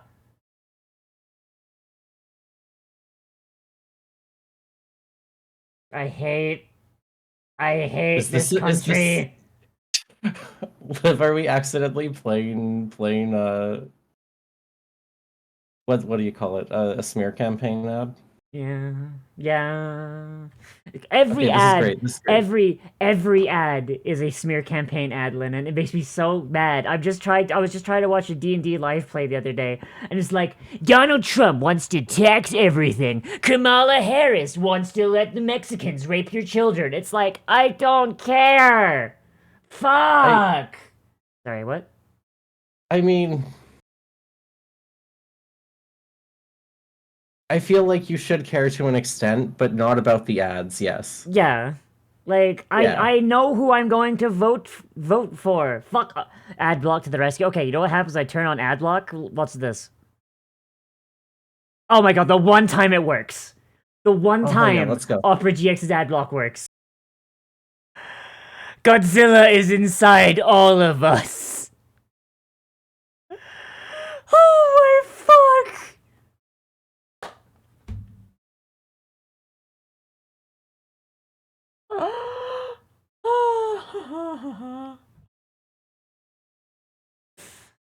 I wish Godzilla was my dad. Oh my god.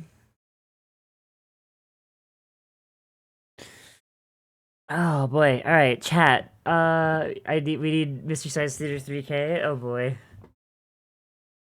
Wait for Friday. Wait for Friday. We're gonna be. Oh my god, a sploosh.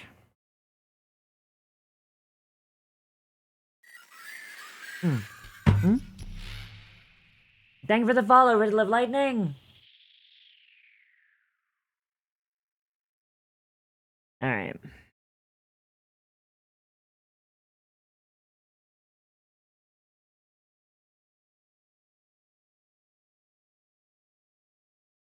Stretchy. All right.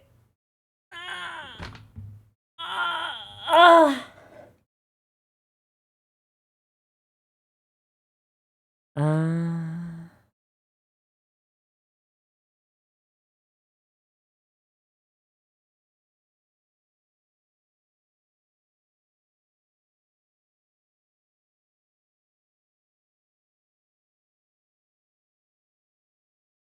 yeah, so I'm trying to think like what else we need. But I think now we literally all we need is numbers. Like our species creation, like realistically we just need to come up with the species thing. We need to come up with the treats as well. So I think like our next stream probably will just be coming up with treats and trying to balance them, but like figuring out like cost and such. We probably want the number to be decently small. We don't want I think maybe like a 10-point treat, like being the ultimate thing, probably be like the highest we go. Ooh. I'm sorry, Jax.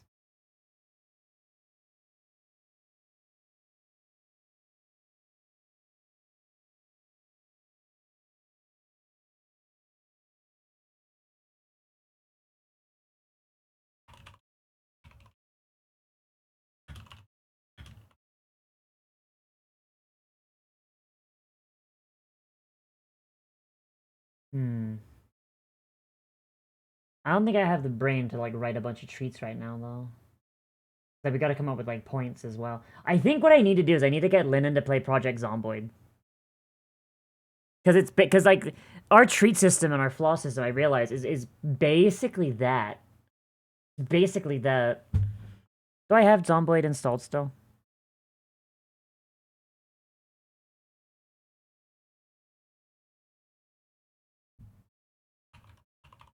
I do.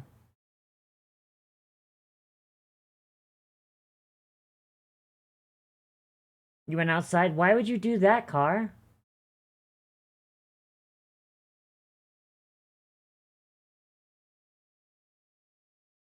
But how you doing, Car? I'm sleepy as hell.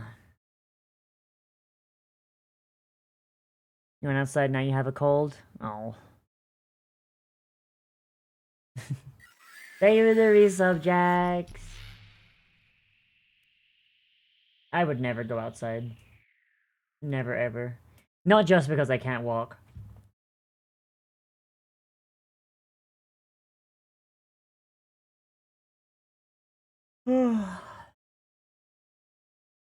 Too warm. Yeah, it is fucking hot outside. Like, even up here it is. I mean, I'm in the frozen north. Why is it so hot? No, I don't. Do I have a wheelchair? Is this thing gonna load?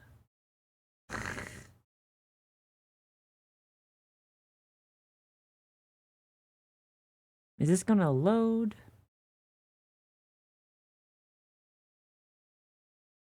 $84 degrees? Jesus, hang on. What is it here? It is 78 here, which is still too goddamn many.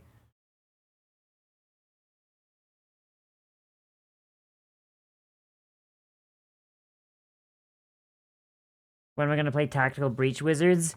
I'm planning on it. I promise you I'm planning on it.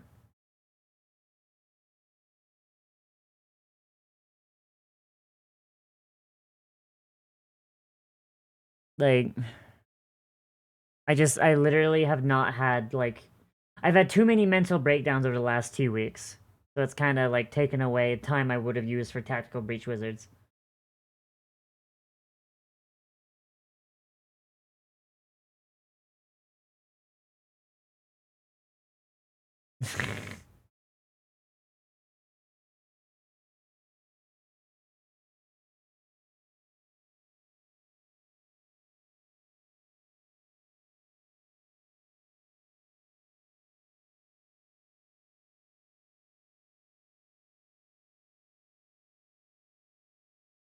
Goblin return.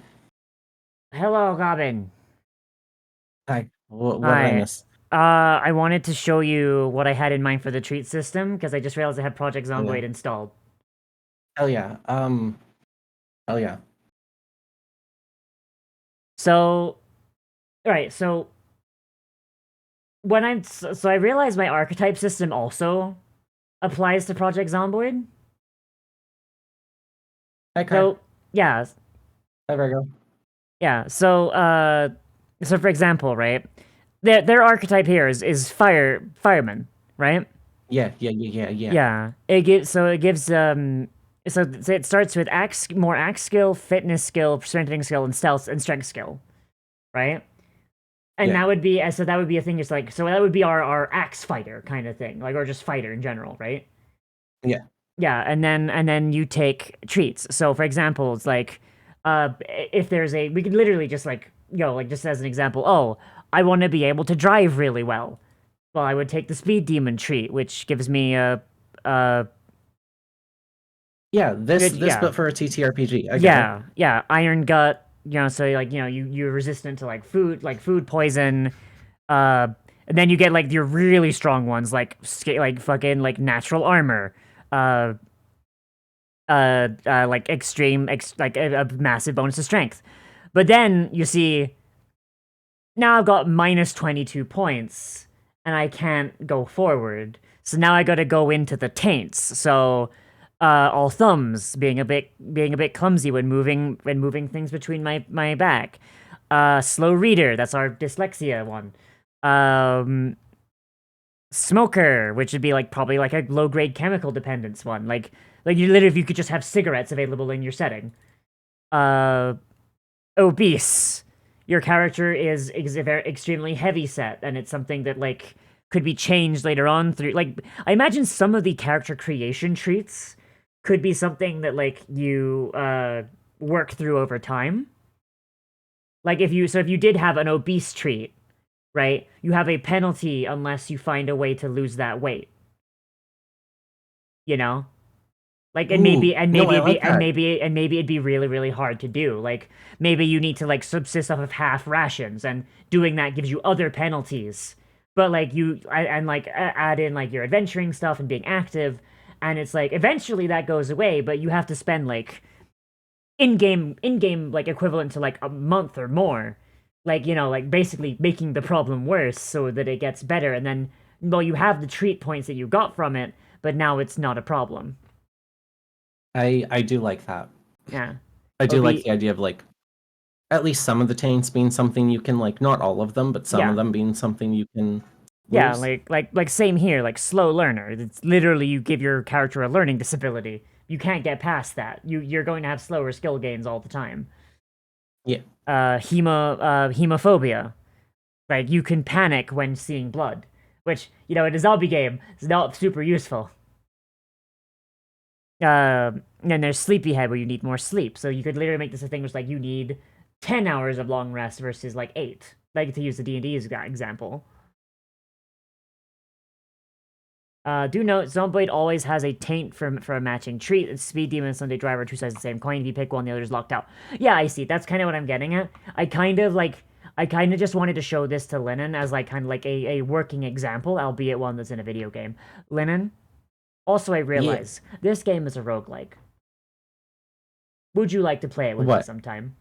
Zomboid? I have Zomboid. Oh shit! Liv, no, I got Zomboid when it first dropped. Hell, Lennon, would you like to play this with me some week? Yeah, sure. Hell yeah. I remember a very different game than it is now, so it might take me a minute to be like, what the fuck is happening? That's fine. My main issue with Zomboid is I got really good at it, and it got to the point where it's like I would just have a super fortified compound with like I have ammunition, I have guns, I have weapons, I've got walls, I've got vehicles, I've got like zombie traps, I have like literally all I have to do now is just kind of sit around and either wait to die, is just wait until I run out of food and die, which is not gonna happen unless something kills all my crops, or run There's out into the crops? middle. Yeah. Or run out Liv, into I the. got Zomboid. I got Zomboid when it was a link on the guy's website. I got Zomboid before early access was a thing. Jesus. It was early days. It was so long ago. Then you And are. I have barely ever touched it since. All right. I was We're like, gonna- oh, one day this will be good, I bet. Yeah, it's good now. My only issue is that like when I'm playing it solo, which is what I wind up doing 90% of the time, I will, without fail, almost always wind up at the point where it's like I just have the only thing I could do now is just like wait for the occasional zombie wave because I turn on the recurring helicopter event, and then I just shoot them and hope I don't like lose like my base doesn't get destroyed, which like let's be honest, once you get like good enough it never does.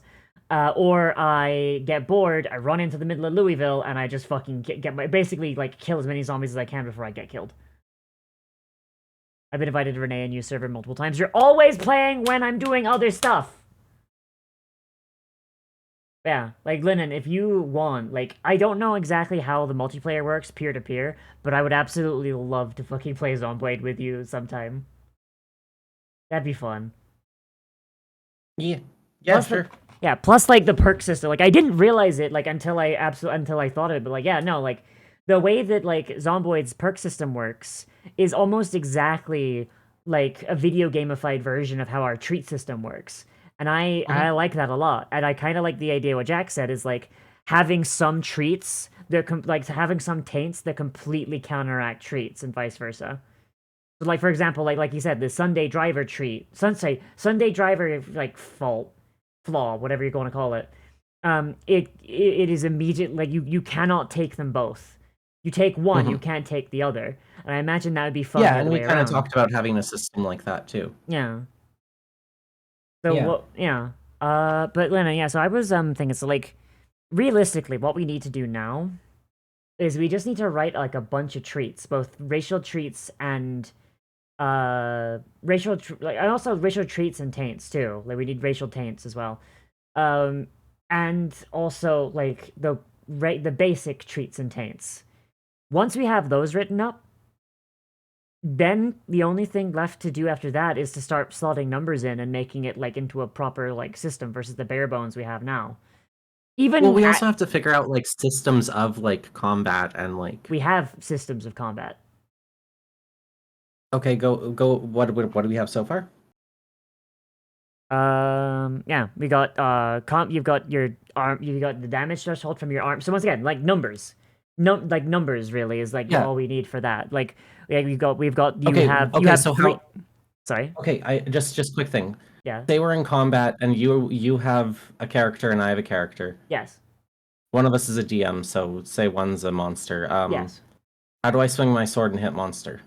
You swing your sword by using your. Because we're going to make a skill list as well. That's another thing we have to make alongside the treats and taints. So so you make a skill roll using your sword skill. Let's say. I as an roll a example. d10. You roll a d10. You add your sword skill, Okay. and you add either your strength or your dexterity, depending Okay. on. It's either going to be. I think we made it so it's dependent on the weapon. The weapon determines the skill used for it. Okay. And then the enemy rolls their evasion skill, which is their dex or cunning. They get to choose, plus their evasion skill minus their armor penalty. Heavy armors with higher penalties, etc., etc., etc. If you exceed their evasion roll, you hit them, and you roll your thing. So if you're using, say, a short sword, if you don't have a damage increase trait, your damage is 1d4. You roll 1d4, then you so you roll 1d4, and then you check that they subtract their damage threshold from it. If you exceed the damage threshold, you go to their combat endurance and you reduce their combat endurance. If their combat endurance is 0, or it's low enough that your damage spills over, then you're dealing wounds. So, for example, say this is a monster that doesn't have any armor whatsoever. It's got 0 damage threshold, right? You roll a d4. You roll like a full on 4. They've only got 2 damage threshold. They've only got 2 combat endurance left. You take them down to 0 combat endurance and you deal 2 wounds. Cool. Yeah. Okay, cool. And then we they make had that more fleshed out than I remembered. And then they make a stun save. And if they fail the stun save, they get knocked out. Cool. Which is functionally dead, like, as far as, like, you know, I Yeah, want combat to be quick. Yeah, I don't want a D&D thing of, like, combat taking 7 years. Okay. So, cool. Yeah. Cool. Did you I can't forget wait that till we get to the combat... point. Sorry. I don't know. I don't know who was here last time. That's Yeah. Wait till you get to the point what? No, we're pretty close to the point where we could just like throw a bunch of numbers at people and be like, okay, do things. Yeah. Hun? Why would I call you Hun? Why, indeed? Liv. Yes. What's wrong with my brain? What's wrong with mine? Okay, you're my best friend. Love you anyway. So what do we do? Lennon, you're slowly turning into like a Midwestern mom, calling everyone into Hun, calling everyone Hun. I think so. What's happening? I'm like Canada Midwestern. Yeah. Like literally. What was I saying? To figure out numbers, we barely have to know anything. Yeah. Like we just have to start doing things and then we can just say numbers at each other until it feels right. Yeah. Well, let's get a bunch of treats and taints, both racial and otherwise. We probably want to do that next time. Because I'm gonna be honest, Yeah. I'm half asleep, and I've already come up with a few. Like treats and taints. Oh yeah, we're wise. at almost like 2 hours now. Yeah. So that's going to be our next time. Next time, both of us, I'm going to open this up to editing, and both of us are going to start writing treats and taints. I think as far as like starting, I think I think the pool should be 10 points. Like 10 points for the race and 10 points for like when you're starting initially. How much do you think each treat or taint is going to cost? Depending on its strength, like something basic like your damage, like not damage trait, the casting stat one, right? The casting stat one should probably only cost 1 because like it's basic for like how to make your class go. Jack of all trades should be like pretty high up there, like maybe like 6 maybe. Yeah, because See, basically, I was thinking that they would max out at like 4, and we'd just have like a 1 through 4 level of I see. balance. You know what I mean? Well, I guess, but Like like 4 not. would be big, 1 would be minor. Yeah, but like there's some that are like absolutely like really really good, and taking them at level 1 is insane. Like Jack of all trades, for example. Yeah. Like that basically Yeah, makes that's what I was thinking, that you wouldn't get that many treats at a time. No, I mean, remember, this is like level 1 when you're building your character. And remember, we don't have classes. So if we want people to have like a decent number of abilities to use at level 1, to like, build the foundation of their class, Okay. I feel like 10 is good. Oh, I see. Yeah. Yeah. But then at the We same could time, also make that. We could also make it so that there's certain ones that can be taken at character creation rather than, I guess like giving I think or that lock the higher powered ones behind I don't want to do needing that. prerequisites. See, I do want to add prerequisites, but I feel like some of them like don't need like Jack of all trades. I feel like that should be Yeah. something that like you can take whenever, but it should be something that you really really need to save up for. So if you take it at character creation, that's like 6 of your points. Mm. So you're only maybe taking like maybe 1 or 2 other treats at the start, unless you start taking flaws or taints. Sorry, you know what I mean? Like Okay. if you want to Yeah, be but you can- if you want to be a jack of all trades, you're either going to not have a lot of other stuff to do at level 1, or you're going to have like paraplegia or something to make up for like the lack of points. There's certain numbers that it would feel weird to have like a thing cost to me. Hmm. Like I like round, like I don't know. I like certain numbers. I don't like all numbers. I don't want one of them to cost 7 points for some reason. Well, it's not that it costs that 7 first. is a weird. No, but it's that's a weird amount of points. Like I can imagine one being really expensive and costing 10 points. I can imagine one costing 8 points. I mean, do we want to make jack And of all then 1 trades through cost? 4 is fine. But like Actually, it's like 7 and 9, I don't like those yeah, numbers that's fair. You know for what? this system. Well, I would imagine so, because 7, 8, 9, and 9 enjoyed it. That's weird. Fuck you, that was funny. Fuck you, that was funny. I mean, I did give you a really good setup for that. Good job. I mean, I'm gonna be honest. Now I'm thinking about it. Jack of all trades should probably cost like the full 10, because like that is really good. Jack of all trades it is is really really good. Yeah, if you take Jack of all trades at level 1, you're either taking nothing else or you're taking hella fucking taints. Okay, we can have this up to 10 system as long as we only have the numbers 1 through 4. 5, Lennon. 8, and 10. You can't have 6, 7, and 9. I mean, okay, we'll talk about this later. First, we need to actually write the treats. Okay, you can have 6. You can't have 7 and 9. First, we gotta write the treats first, Lennon. So here's our homework for over the week. Assuming neither of us has a mental breakdown again. I've been pretty bad about that these last couple weeks. Yeah, that's fine. Let's come up with concepts for treats and taints, both racial and norm and standard. Yeah, they should be like the really basic ones for now, because I think the fun stuff we're gonna figure out as we like get more into how the game plays. Yeah, but if you get like a really good idea, like, oh man, like what if someone could like shoot spider webs out their ass or something? Yeah, like, you know what I mean? Yeah. Yeah. See, I think that would be in however we figure out our spell building system. Yeah. I mean, like, but there's That'll also describe how to shoot spider webs out your ass. But I feel like that would also be a fun like racial treat though. Like if your race is like part spider. You know? And then we could have the True. mutation. I think I'm still thinking in doing these things in a more abstract way, because like I wouldn't describe there being specifically a trait for if you're a spider. I would say you can have like I would say like there's a trait that gives you like a racial spell. And then as the player, you would flavor that as a spider thing if you're being.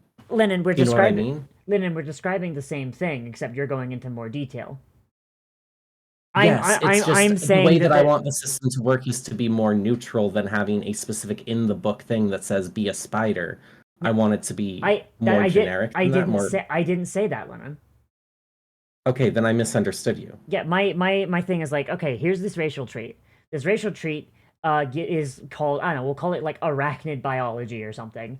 And like it's like if we wanted to get like really anal about about what its text description, it would say, your species is analogous to earth spiders. Gain the shoot web spell, page blank blank blank. Yeah, but here, this is what I'm saying is I don't want there to be in the book a rule that says you are a spider who can do this specific spell. I don't want either of those things. Well, then how does this trait work then, Lennon?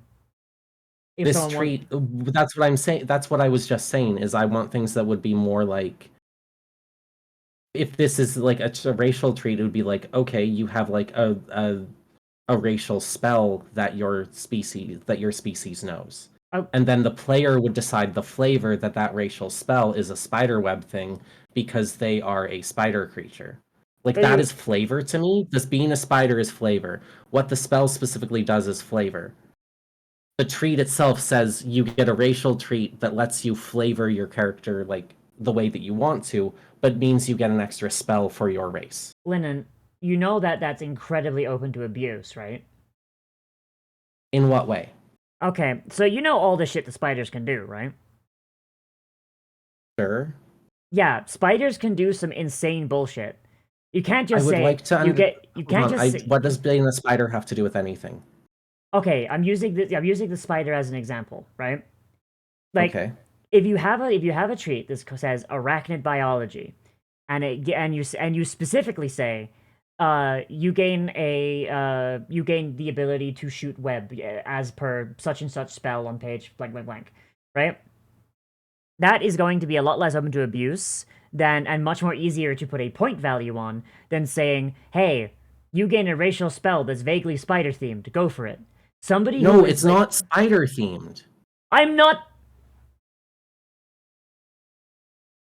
Lennon, you need to be specific when people are making their races. I don't understand No, where you you're coming don't. from. Why do you need to be? No, you don't live. You tell them that they can make a spell. We'll have a system. This is what I'm trying to been trying to do the whole time is you'll have a system that tells you how to make a balanced spell. Yeah. So then the player can be like, okay, I'm building my race of spider people. I want them to have the ability to shoot web. Okay. This treat will let me have a racial spell. Okay. This racial treat in character creation, as I'm building my spider race, lets it have a racial spell. Then they go into the spell building system with however many points the ability points, or however we figure out spell building works. Mm-hmm. They'll have that dictated by that treat. Maybe you get a 3 point spell. So then they can go to the spell building thing and say it has a grapple at a range and it's sticky. Okay. And that's a spider web. Okay. And Alright, then that I effectively get flavor and everything builds you a spider that has a spider web spell. Yeah, so I understand what you're saying, and I like that as an idea, but Rainsand does bring up a point.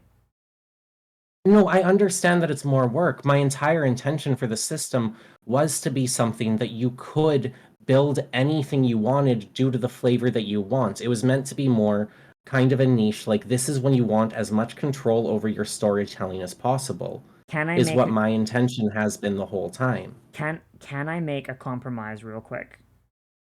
And you don't have to again, we did make a compromise here before because the idea was that we would also make lists of pre-made spells so you wouldn't have to go in and make your own full racial spell. You could use one of the pre-made ones. Yes, and what I'm saying is for the benefit of people that are maybe not super creative, or people that are just like, man, I just want this, without realizing that this, what you just said, allows them to make this, because we kind of have to anticipate the fact that some people are just going to be dumb and not creative. We can put an example on the page. That's what I'm asking. Yeah, we can put an example down. Yeah, that we have this one, like you've said, where it's like racial spell, blah blah blah. But then beneath it, in a footnote, here's example versions of this trait you could have, and it'd be like spider web, dragon fire breath, etc., etc., Yeah. etc. No, that's perfectly fine. It's just mechanically I want it to have more mechanically I want the things like the treats to be broad strokes that people can flavor Yeah. rather than doing a specific thing. Yes. And what Yes. I'm arguing. Thank you for the follow, Boo Day RPG. What I'm arguing is that like, while yes, that is very good for people like you and me that customize the fuck out of everything. There are a lot of people that are just gonna be like, man, I just want to make my fucking setting. Where's the dragons? You know what I mean? And so like, if they want to make their own dragon race and not use the dragon race that we're gonna make, then we give them like basically like, hey, like, but like beneath this treat, this broad stroke treat is like, here's examples of what this treat can be. You can just grab it and drop it if you want. You see what I mean? Yeah. Well, Yeah. again, like what Rain's saying here, like if you understand the power system and are willing to put in the work and build a new powers, yeah. Yeah, like, yeah, like Rain Sand's bringing Yeah, up a good point. Like, both you, things can exist. I'm yeah, not disagreeing with that. I'm just saying that like the okay. it's just that we need I to. just like unless Sorry. they're like a setting specific like treat or something, I'd like it to stay vaguer, like Yeah, not vaguer but broader each yeah, thing, so that yeah, like and I'm not arguing I want against. that storytelling flavor element to be at the forefront more. Yeah, I'm not arguing. I'm not arguing against things being broad and players having a lot of creativity, but like what I'm arguing for is that like we should definitely do the work ourselves to make sure there are versions of these broad stroke ones that are specific. Oh, Be absolutely. them in an index somewhere or in subcategories or even like in a second book that we like basically like if we just did like a second book that we Well, ship with the main book that is like, hey, yeah. pre-done treats, pre-done races, etc. Because Well, like, I was honestly thinking in that vein, we could just do like specific settings, like if we wanted to do Koros or like a cyberpunk setting, yeah, we could have a list of all of the pre-made and then like specific treats to that setting that are more specific. yeah, but like also like we should have like in the main book like, yeah, like I No, said, like we should definitely examples. have a bunch of just generic like these work in any setting. Here's Yeah, all the like, pre-made stuff that you can yeah, just pick up and go with. We yeah, definitely should have a whole pre-made section. I agree yeah, with that yeah, completely. like the racial spell ones, so like fire breath, spider web, etc., I etc., think it would etc. be very hard for people to pick up the system of how to build things without those as well because we Yeah, need them as examples. yeah. And I think we should have like a section of the book that is like, hey, here's like all of like the super specific ones we've made up, and then we should have like the section like either before or after it that's like, hey, here's like the broad stroke ones that you can customize as much as you want. Because let's be honest, Mm. Lennon, a lot of Oh, TTRPG I play know that my whole system here is like the last handful of pages of the book. yeah. A lot of TTRPG players are incredibly fucking lazy. Mhm. Like Lennon, I I'm think not, that we should. I think that like that. There's no reason both our ideas won't work together. yeah, like I'm not saying they don't. I'm just saying that we need to Yeah, remember when we're making these systems, we need to remember that people are lazy and shiftless. I It's know. I annoying. know. It's just we can do both Yeah. without making the treats themselves have inherent things that are taking the flavoring away from the player. Yeah. Yeah. Like the system, like because we're designing the systems right now. We're not designing the pre-built ones. Yeah. But Like this is the inherent how does the system work currently, yeah. and that's where I want it to be more of those broad strokes. When we get into designing the pre-made stuff, like here is a spider person, here is a spell, here is Yeah. fireball, here is string shot, here is Yeah. metapod, here is harden. I don't. I'm sorry, I brain. Yeah. Um, let's make Pokemon a thing. No, somebody No, already did that. God. Yeah, and then they got I sued hear you for get it. sued. Yeah. God, the fact that Pal World is getting sued for a patent and Nintendo filed 3 weeks after Pal World came out. That's fucked. That doesn't make sense. The Japanese legal system.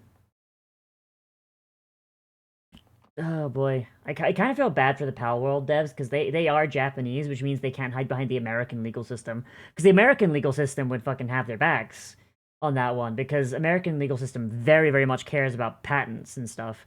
Japanese legal system doesn't really.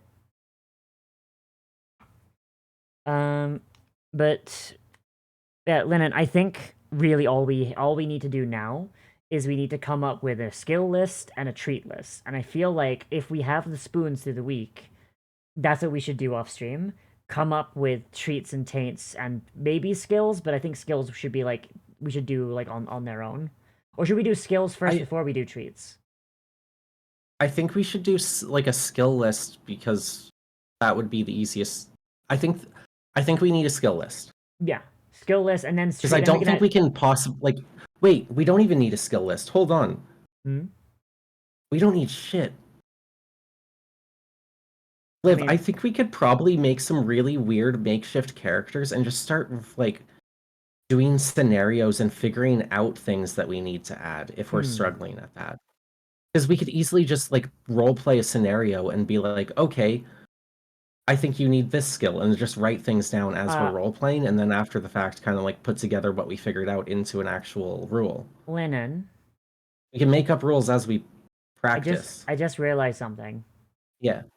We have the Calvin ball of TTRPGs. We have a lot of stuff that is reliant on skills, and we haven't done anything for skills, and also we haven't determined how people get their skills at level 1 yet. So we probably need to do that. Oh, yeah, no, I already know how that works in my brain. Okay, tell me. Honestly, it's similar to D&D, because all the skills in D&D are derived from, you have the modifier from your attribute, right? Yeah, and then you have the amount of points you have in that skill. So, like, how many points do you start with to distribute, and what is the cap on skills? That's what you get from treats. There should be treats. Treats should give skill points. You're spending your treat points also on your skills. Wouldn't that get super bloated? Wouldn't we need way more fucking treat points at level 1? No, you don't use treat points directly for skills. It would be different. No, that's stupid. Different treats would like each treat would come with a value of skill points. Lennon, that's insane. Yeah, I'm gonna make an argument that like at level 1, that's insane. I'm gonna make an argument that level 1 is the only time you get to modify your skills. Okay. Like through and like you start with like say depending on how many skills we wind up having because we don't know. You have an amount of points to distribute amongst your skills.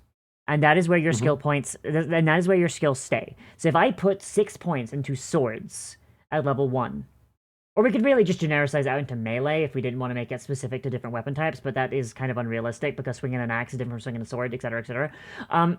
But like my 6 points in swords is the only. That makes all your gear be what? Yeah, no, I like this. Hold on. Okay, hold on. Hear me out. Hear me out. Hear me out. Can I finish my point first because it was irrelevant? Yes, you can. I stopped. I realized. Okay. Yeah. So if we have a sword skill or melee skill, whichever, those 6 points that I put in there are the only points I have in there. I cannot make it go any higher unless I take a treat that gives me more points in sword. So we could have a treat called sword training. And it gives you an amount of points to put in sword. Maybe like it could even just be 1 point. If we make our skill cap at 10, we could just make it. We could just make it like, oh, this goes up by 1 point, and then that's a lot. Okay, that's fine. Yes, is that not what I said at one point? Is make treats do that? You wanted treats to influence skills from like in their entirety.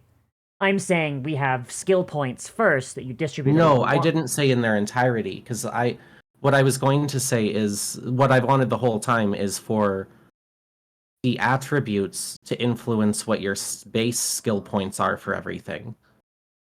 My thought was each skill would have 2 attributes that influence what its base value is. And then I was saying that you'd have treats that give additional skill points. But I was thinking that the skill points would be attached to treats. Like if a treat did something specific, it would also give it like a skill point with it. And my disagreement with that is it would make certain things like very, very locked in. So it's like, oh, I'm a swordsman. I need to take this treat. No. That's why I realized that's stupid. Having treats that just say, here is a skill point would be fine. And also the attribute only thing also breaks down because it's like, well, what if somebody isn't very smart, but they want to be a wizard? Now you've locked out anyone who wants to... Yeah. Okay, well, I think we're I'm talking saying about... their base skill points. The base skill points, how to figure out their base skill points is derived from what your attributes are, so what you roll. Okay. Well, like, however, I mean, I'm more of a fan of like everybody having the same skill points to work with. What do you mean? So, like, for example, right? Like, if we make it so that like your attributes are based, so your attributes influence how many skill points you have, right? What if somebody rolls Mhm. kind of shit? Now, That's not how only are that's now yeah. not only are their attributes low, but their skill points are low as well, and they're going to have less fun. It's the Okay, that's the same. That is also an issue in D&D. yes, and I'm saying let's not make the same issue. Like, say for example, right? Like we gave them like everybody gets, say, example, for 40 skill points to distribute. Okay. Everyone has 40. You distribute them amongst your skills, however many you want, and then that's locked in. You get no more skill points. Any skill progression you get is from treats. So like if you take the sword training treat, you get 1 point. You take that treat like 4 times. Now you have 10 points in sword, and now you're eligible for the sword master feat. I don't have access to the document for some reason. Uh, as in you can't type in it, or... No, I can't view it. I had to request access to it. Oh, right, because I locked it in case, because somebody actually got into it that shouldn't have. Oh, So I locked it. Let me oh share me a new link. oh shit, no one saw anything. That's fine. It's too late. Shit, I'm sorry. I did not realize it fine. would. Okay, there you go. To be fair, you have a really pretty name. I do. I picked it myself. Yeah, I wish I'd picked a better name sometimes. Yeah, I partly chose it because when I shorten it, it's kind of cyberpunk. Yeah. Yeah, hold on.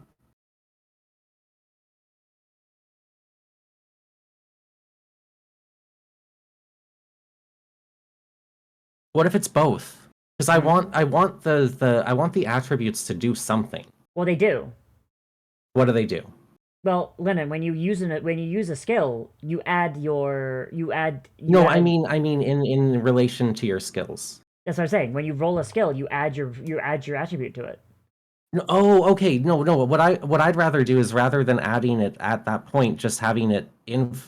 Hold on. I thought we talked about this last time. My idea was rather than adding your attributes to rolls, what you would do is your skill would be derived of that partially already.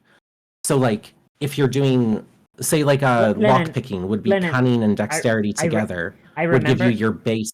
Give you your base thing, so then you wouldn't add your attribute to that roll. Lennon, I remember that now, and I remember that we shut it down because it means we'd have to get rid of adaptability.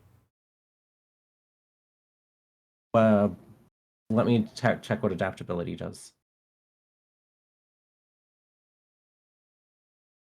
Where is that? Very top. Bop. We would need to either completely rework how adaptability works or remove it entirely.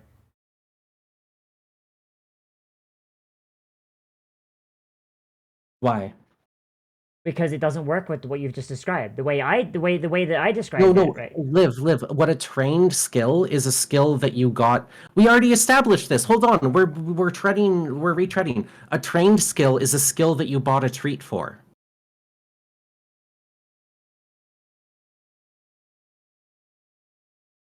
Now I do not remember us agreeing on that at all. Okay, then I think we've been operating off different things. I thought that how it worked is like when that's what you would have certain treats for is be like No. That's what a skill treat is. What's a skill treat? A skill treat is like increasing. Grants you a level of training in a skill. Yes. It can be taken multiple times to increase the skill training. Wait a minute. So what does that do? Lennon, That's a skill oh my point. god, Lennon, we're stupid. Lennon, we're stupid. We already I'm solved not this. stupid. No, I know that's your skill points. Ah!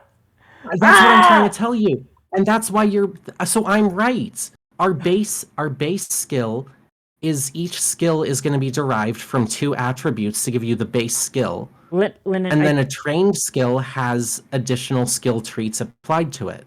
so okay, so what I Does so that I sound okay? yeah, I'm remembering now. I wasn't here for this, but I'm remembering now. The way that we had it thought out was that we were going to take inspiration from the Pathfinder thing, where the skills would not be numbers, they would be like levels of training. So untrained, trained, experienced, master. And Yeah, we were okay. and we were gonna and each level of this would give you different bonus. So untrained would be 0, trained would be like 2, experience would be like 4, M would be like, I don't know, 6 or something. Okay. Yeah. Yeah, so- okay. Yeah, that, and then each level of a treat would give you okay, so this actually makes this way easier. This makes it way easier. Okay, hold on. Write out what you just had again. Undo until you have that back. Yes. Okay. Untrained. Put 0. Put 0 beside that. Underneath wherever. You can do it. Like, no, you can type. Okay, I can? Okay. Yeah. I can. 0. Trained is what? What do you get out of a training? Let's 2? let's say it's 2. Let's say it goes up by 2 each time. 2. Fucking. That's a 4 then. And 6. And then M is 6. 6. And okay. then we could have the treat for like full on mastery could be like Yeah. grandmaster, and that could go up to 10, go up by 4 instead because it's grand mastery. Okay, so I love this, and I think this works with mine, because I think that there should be like an idea of natural talent that comes from your attributes. Mm-hmm. So I think that each stat should have, like each skill should have 2 attributes that influence that skill. Hang on, I'm gonna like actually like above like skills. Does that sound okay? Because I want like if you're doing lockpicking, your cunning and your dexterity to influence that. Okay, now how do they? That would only give you we... that would only give you your untrained. Like your untrained skill would be instead of these would instead be pluses. Mm-hmm. And this would be it wouldn't just be it would be plus 0, but the untrained number initially would be, say if we're doing lockpicking, your untrained skill would be dex plus cunning divided by 2. It would be the average of those 2 skills. Yeah, so you average the skill. Yeah, so that. Okay, so. Okay, I can see that. Yeah, so then so your. So it's possible for somebody untrained to just have natural talent that makes them equal to somebody trained, but then being trained in that would make them even better. But then we would need to go through each skill and determine like which attributes connect to each skill. So yeah, swinging, fine. and then some would only, and then some skills would only have one thing. So like swinging, like a sword, right? That would depend on the sword. Is the sword like a light, springy one that's more of a dex weapon, or is it like a big, strong motherfucker? I would argue that dagger should go off of cunning. Yeah. Like maybe weapons for like the ease of use. Weapons only get one attribute, but then others can get other ones. Because like you don't want to be like doing like division and shit like during a combat. Hold on. We're talking about weapons now, but is there going to be a skill specific for dagger use? I mean, so that's another thing I wanted to ask you about. Lennon, do we want like individual weapons to have their own skills, which would be the more realistic thing, or do we want like just flat melee? I think I like the more realistic angle of like I have become a master of swordsmanship versus I'm good with all melee weapons, even though I've only really ever used a baseball bat. You know? okay, hold on. There's no reason that we can't have treats that say you're a grandmaster at swords and gives you a bonus at sword-related rolls. So my argument here. Okay, hang on, Lennon. I have a thing. Right? So this also have ones that give you skill points. This also genericizes it a little bit to work with multiple things. Okay, so you have a blade skill, a blunt skill, what would daggers be? Daggers or blades? No, because they're more for stabbing. Shivs. Shiv. Yeah, blades, blunts, and blades, blunts, and shivs. I I kind of feel like axes should have their own thing, but they fall under blades, so that's fine. There needs to be some distinguish between like the range. There has to be ranged. I mean, yeah. Like this is just for I'm focusing on the melee here Yeah. for a second. Okay, let's go. Yeah. So and then ranged, you would have bows and firearms. And I feel like Yes. you should have a crossbow one too, but like that might be a bit too, you know, because crossbows. Actually, you know what? No, I'm going to stand by crossbows, but I'll get to it in a second. And each No, one, I agree with you though. and each one of these comes with a different thing. So, blades would be, you know, like either strength, strength, or dex, depending. So, like, and for example, an axe would use strength. Mhm. Whereas a sword, unless it's like a big one. Yeah, and then just on the weapon block, it'll say what. On the weapon block, it'll say what it uses. Yeah. Refer to specific weapon. Weapon. And then we or could have like a stat. treat that lets you use a different stat for your weapons. Yeah. And then like blunt weapons would be like mauls and stuff. Like those would usually be strength. And then shibs, which would be like daggers. Those are cunning. Yeah. No, not coming. Ah. Yep. Whoever's in charge of my hand needs to fucking stop. And then I'm gonna make an argument here. Bow should be strength. Lennon, it strength takes and it- cunning. Strength and cunning. Maybe different bows have different things, but like, depending on weapon. But like, I do think that but yeah, dexterity being a bow stat's fucking stupid. Yeah. Firearms are cunning. Yeah, firearms would be cunning. And I think crossbows should be dex. No, not dex, strength. It takes a lot of strength to fucking reload a crossbow, Lennon. Yeah, but that's not the part that matters. The part that matters is the aiming. Maybe crossbows are a dex weapon.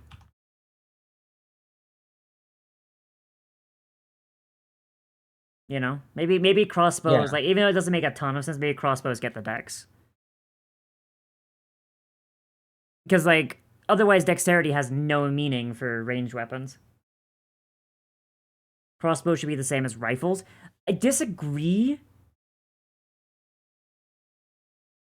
Maybe we should have, like, dex as an option for firearms, too.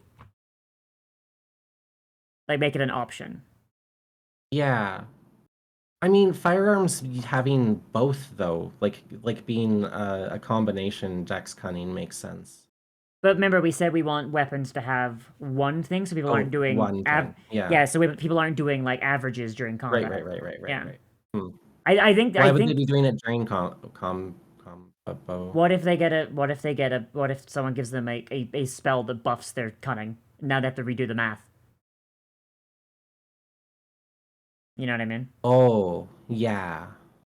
So we make it like Okay, then. Yes. Okay. Yeah. So combat abilities only use one stat or one attribute. I'm happy with I'm happy with what I'm happy with strength, cunning, dex for those. So like, honestly, I actually, you know what? Because firearms also applies to cannons too.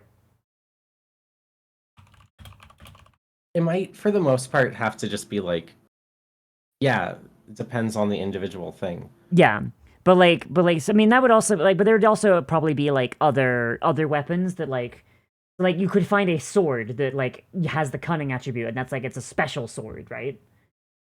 Yeah. So if the weapons individual stat block disagrees, you use the weapons stat block as the thing. So if you find a cunning based sword, then shit, all right, cool, that might be very good for you if you don't have like a super high like strength or dex. Yeah. And he's just gonna homebrew a fucking like endurance sword. Yeah, like actually, you could straight up just do that. Like it's a sword that like maybe it's a magic sword that drains your vitality, and in order to use it properly, you need to have like high endurance. Hell yeah. Yeah, like, hang on, I'm gonna put like at the top, weapon skills, individual weapons may have skill attributes that differ from their weapon type. Basically, just like there. So so blades are usually strength and dex. Or strength or dex. Blunt is usually strength. Shivs are usually cunning. Etc. etc. And then like what Brain Sand brings up, like nunchucks would be a blunt weapon, but they definitely would not use strength. They would be more like a cunning thing based on. All right. Yeah. Lennon, we should probably like actually go through each of these attributes and like determine like what is their vibe, so we can start assigning them to things. So I mean, adaptability we already got. Like it is your ability to adapt to situations and stuff you're not super good at, but like. You have intelligence twice, I think. No, I don't. Oh, I do. Shit. You do. How did that happen? I don't know. Wait, hang on. 1, 2, 3, 4, 5, 6. Maybe we did we hang 6 on. is a good number. Let me go down to our character creation. Yeah, accidentally yeah. So that should be a 2d4 times 6, not times 7. Hell yeah, that's a lot easier. All right. Okay, so intelligence, measure of Knowledge. Book smarts. Smarts. Knowledge, and knowledge. Power, strength, physicality, dex / agility. This would be more like I don't know. How would you describe this? Like fleetness, I guess.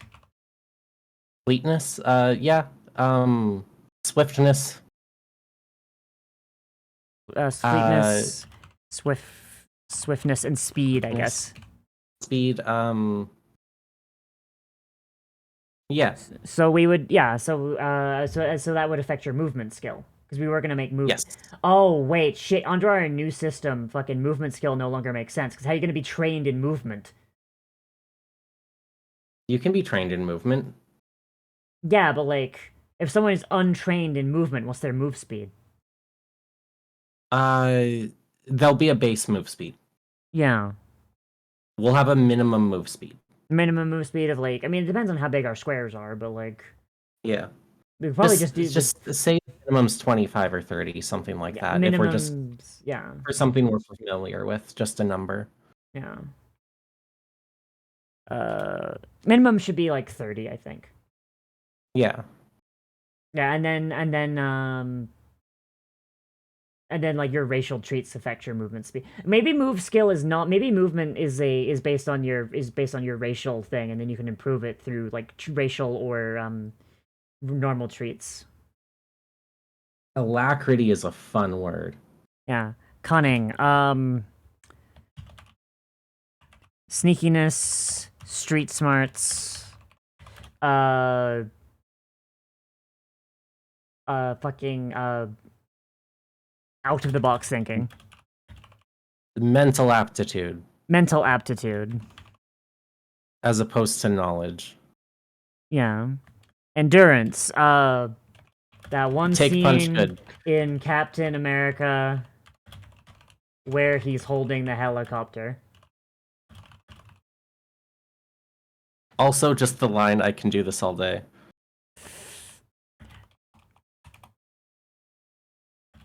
Yeah, pretty much, though. Yeah. I don't know, it's like health and stamina, essentially. Yeah. Not health. Stamina? Yeah. Stamina would be a good vibe. Not synonym, not so much vibe. Yeah, I feel like we could just leave it without that. There you go. Lennon, on our stats page, I really, really want the illustration. I want an illustration for each stat. And I want the illustration for endurance to basically be a fantasyized version of that scene from Captain America. Like, there's a dragon flying away from a castle, and like this big warrior in fucking and just like somebody plate mail holding the tail is of the holding dragon. the I love tail. Someone holding the tail with one hand, and the other hand is like holding a parapet, and he's like hanging like in the middle. Yeah, I love it. Let's go. I want that as the picture. Yeah, I love it. Let's go. I love that scene so much. It lives in my head rent free. Okay, so and then humanity would be like for cyberpunk settings only. Cyberpunk slash actually no, humanity for settings where connection to humanity is important. For example, cyberpunk becoming a cyborg, horror settings with insanity, etc. I'll make it very humanity slash insanity because let's be honest, like for the most part, like, or just we're not insanity, sanity. For the most part, like you know, humanity in cyberpunk is equivalent to sanity. And then we'd have to like make like a setting specific rule for how you determine this. All right. I'm gonna go down a little bit. I have a note, not a note. I have maybe a request here. We have this say, Grandmaster is 10. Yeah. How would you feel about that being 8? That's fine. Cool. So that like, do you want an explanation, or do you already got it? I would like an explanation, but like, the idea that like a grandmaster with natural talent will still be better than somebody who doesn't have that natural aptitude. Because the cap is 10. I gotcha. Yeah. In Cyberpunk Humanity's rating, do not explain Cyberpunk to me. I was born in it, raised in it, molded by it. Like, my love for that system is why our system is a D10 system. Because I know D10 systems more than I do D20 systems. Okay, movement. I still think we should have done a 2d6 system, but you can fight me over that. I will fist fight you behind the Denny's. You already won. It's fine. It's fine. I give up. Okay. Movement is, by default, 30 feet. Actually, let's not make it in feet. Let's make it in squares, because that's a lot easier for people to visualize. You get 3 squares. Yeah, 3 squares. 3 squares, that's 15, if it's 5 feet. We'll just say, well, no, 3 squares is 30 feet. Well, you're going to make a 10-foot square system? Why not? That's going to make scaling really annoying, and most things are scaled for 5 feet. Yeah, that sucks. Okay, never mind. 5 feet. Yeah. You get a square. Yeah. So 5 squares. Yeah. No, 6 squares. 5. 5 squares is 25, which is... I know. You really want 25? No. That's slow. Yeah. Yeah. Fine. 6 squares a turn. Parentheses, each square is equal to 5 feet. Grandmaster Runner would be funny. Yeah. Increasing your movement skill increases. I don't think it should be a skill. You know what? We could call it a skill for now, and if it doesn't work, we can get rid of it later. Increases your movement. Like, each level of training increases you by 1 square. That way, a Grandmaster would have, wouldn't a Grandmaster be at, like, fucking 12 squares, almost? No, Grandmaster, wait. Yeah, Grandmaster would be at 11 squares. Which would be pretty fucking cool. It would just be +4 on top of whatever the base is. Yeah. Yeah, 11. Yeah. I don't know, that's why I like 5. It makes it a nice round 10 at Grandmaster. Okay, but Lennon, this one goes to 11. Oh no. Oh shit. Okay, fuck. I did this on purpose, Linen. You've fallen into my trap. Oh shit. Okay, let's go. Movement by 1 square. Example, Grandmasters go up to 11.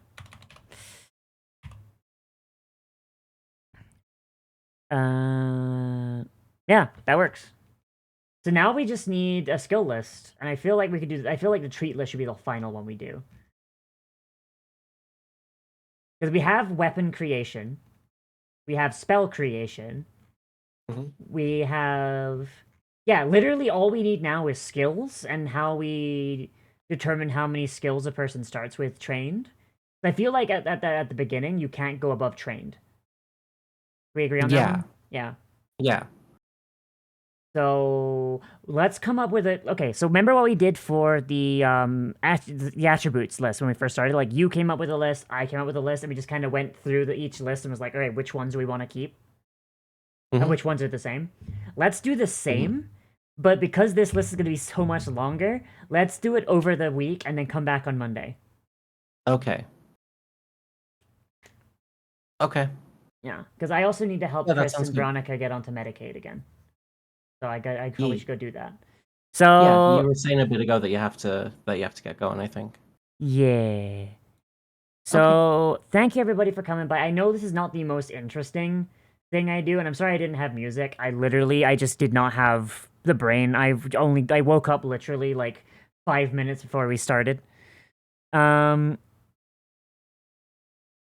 gonna go and raid someone. Yeah, fuck it. We'll raid Gaz. Gaz is playing Digimon. Hell yeah. Yeah, everyone go and bite Gaz. Fuck. Everyone go and bite Gaz on his ears. His left ear has a bite mark that is smaller than his other ear. I would like them to match. So your raid message is bite your ear. That's your raid message. Alright, everybody, see you tomorrow. Bye. Love you. Bye.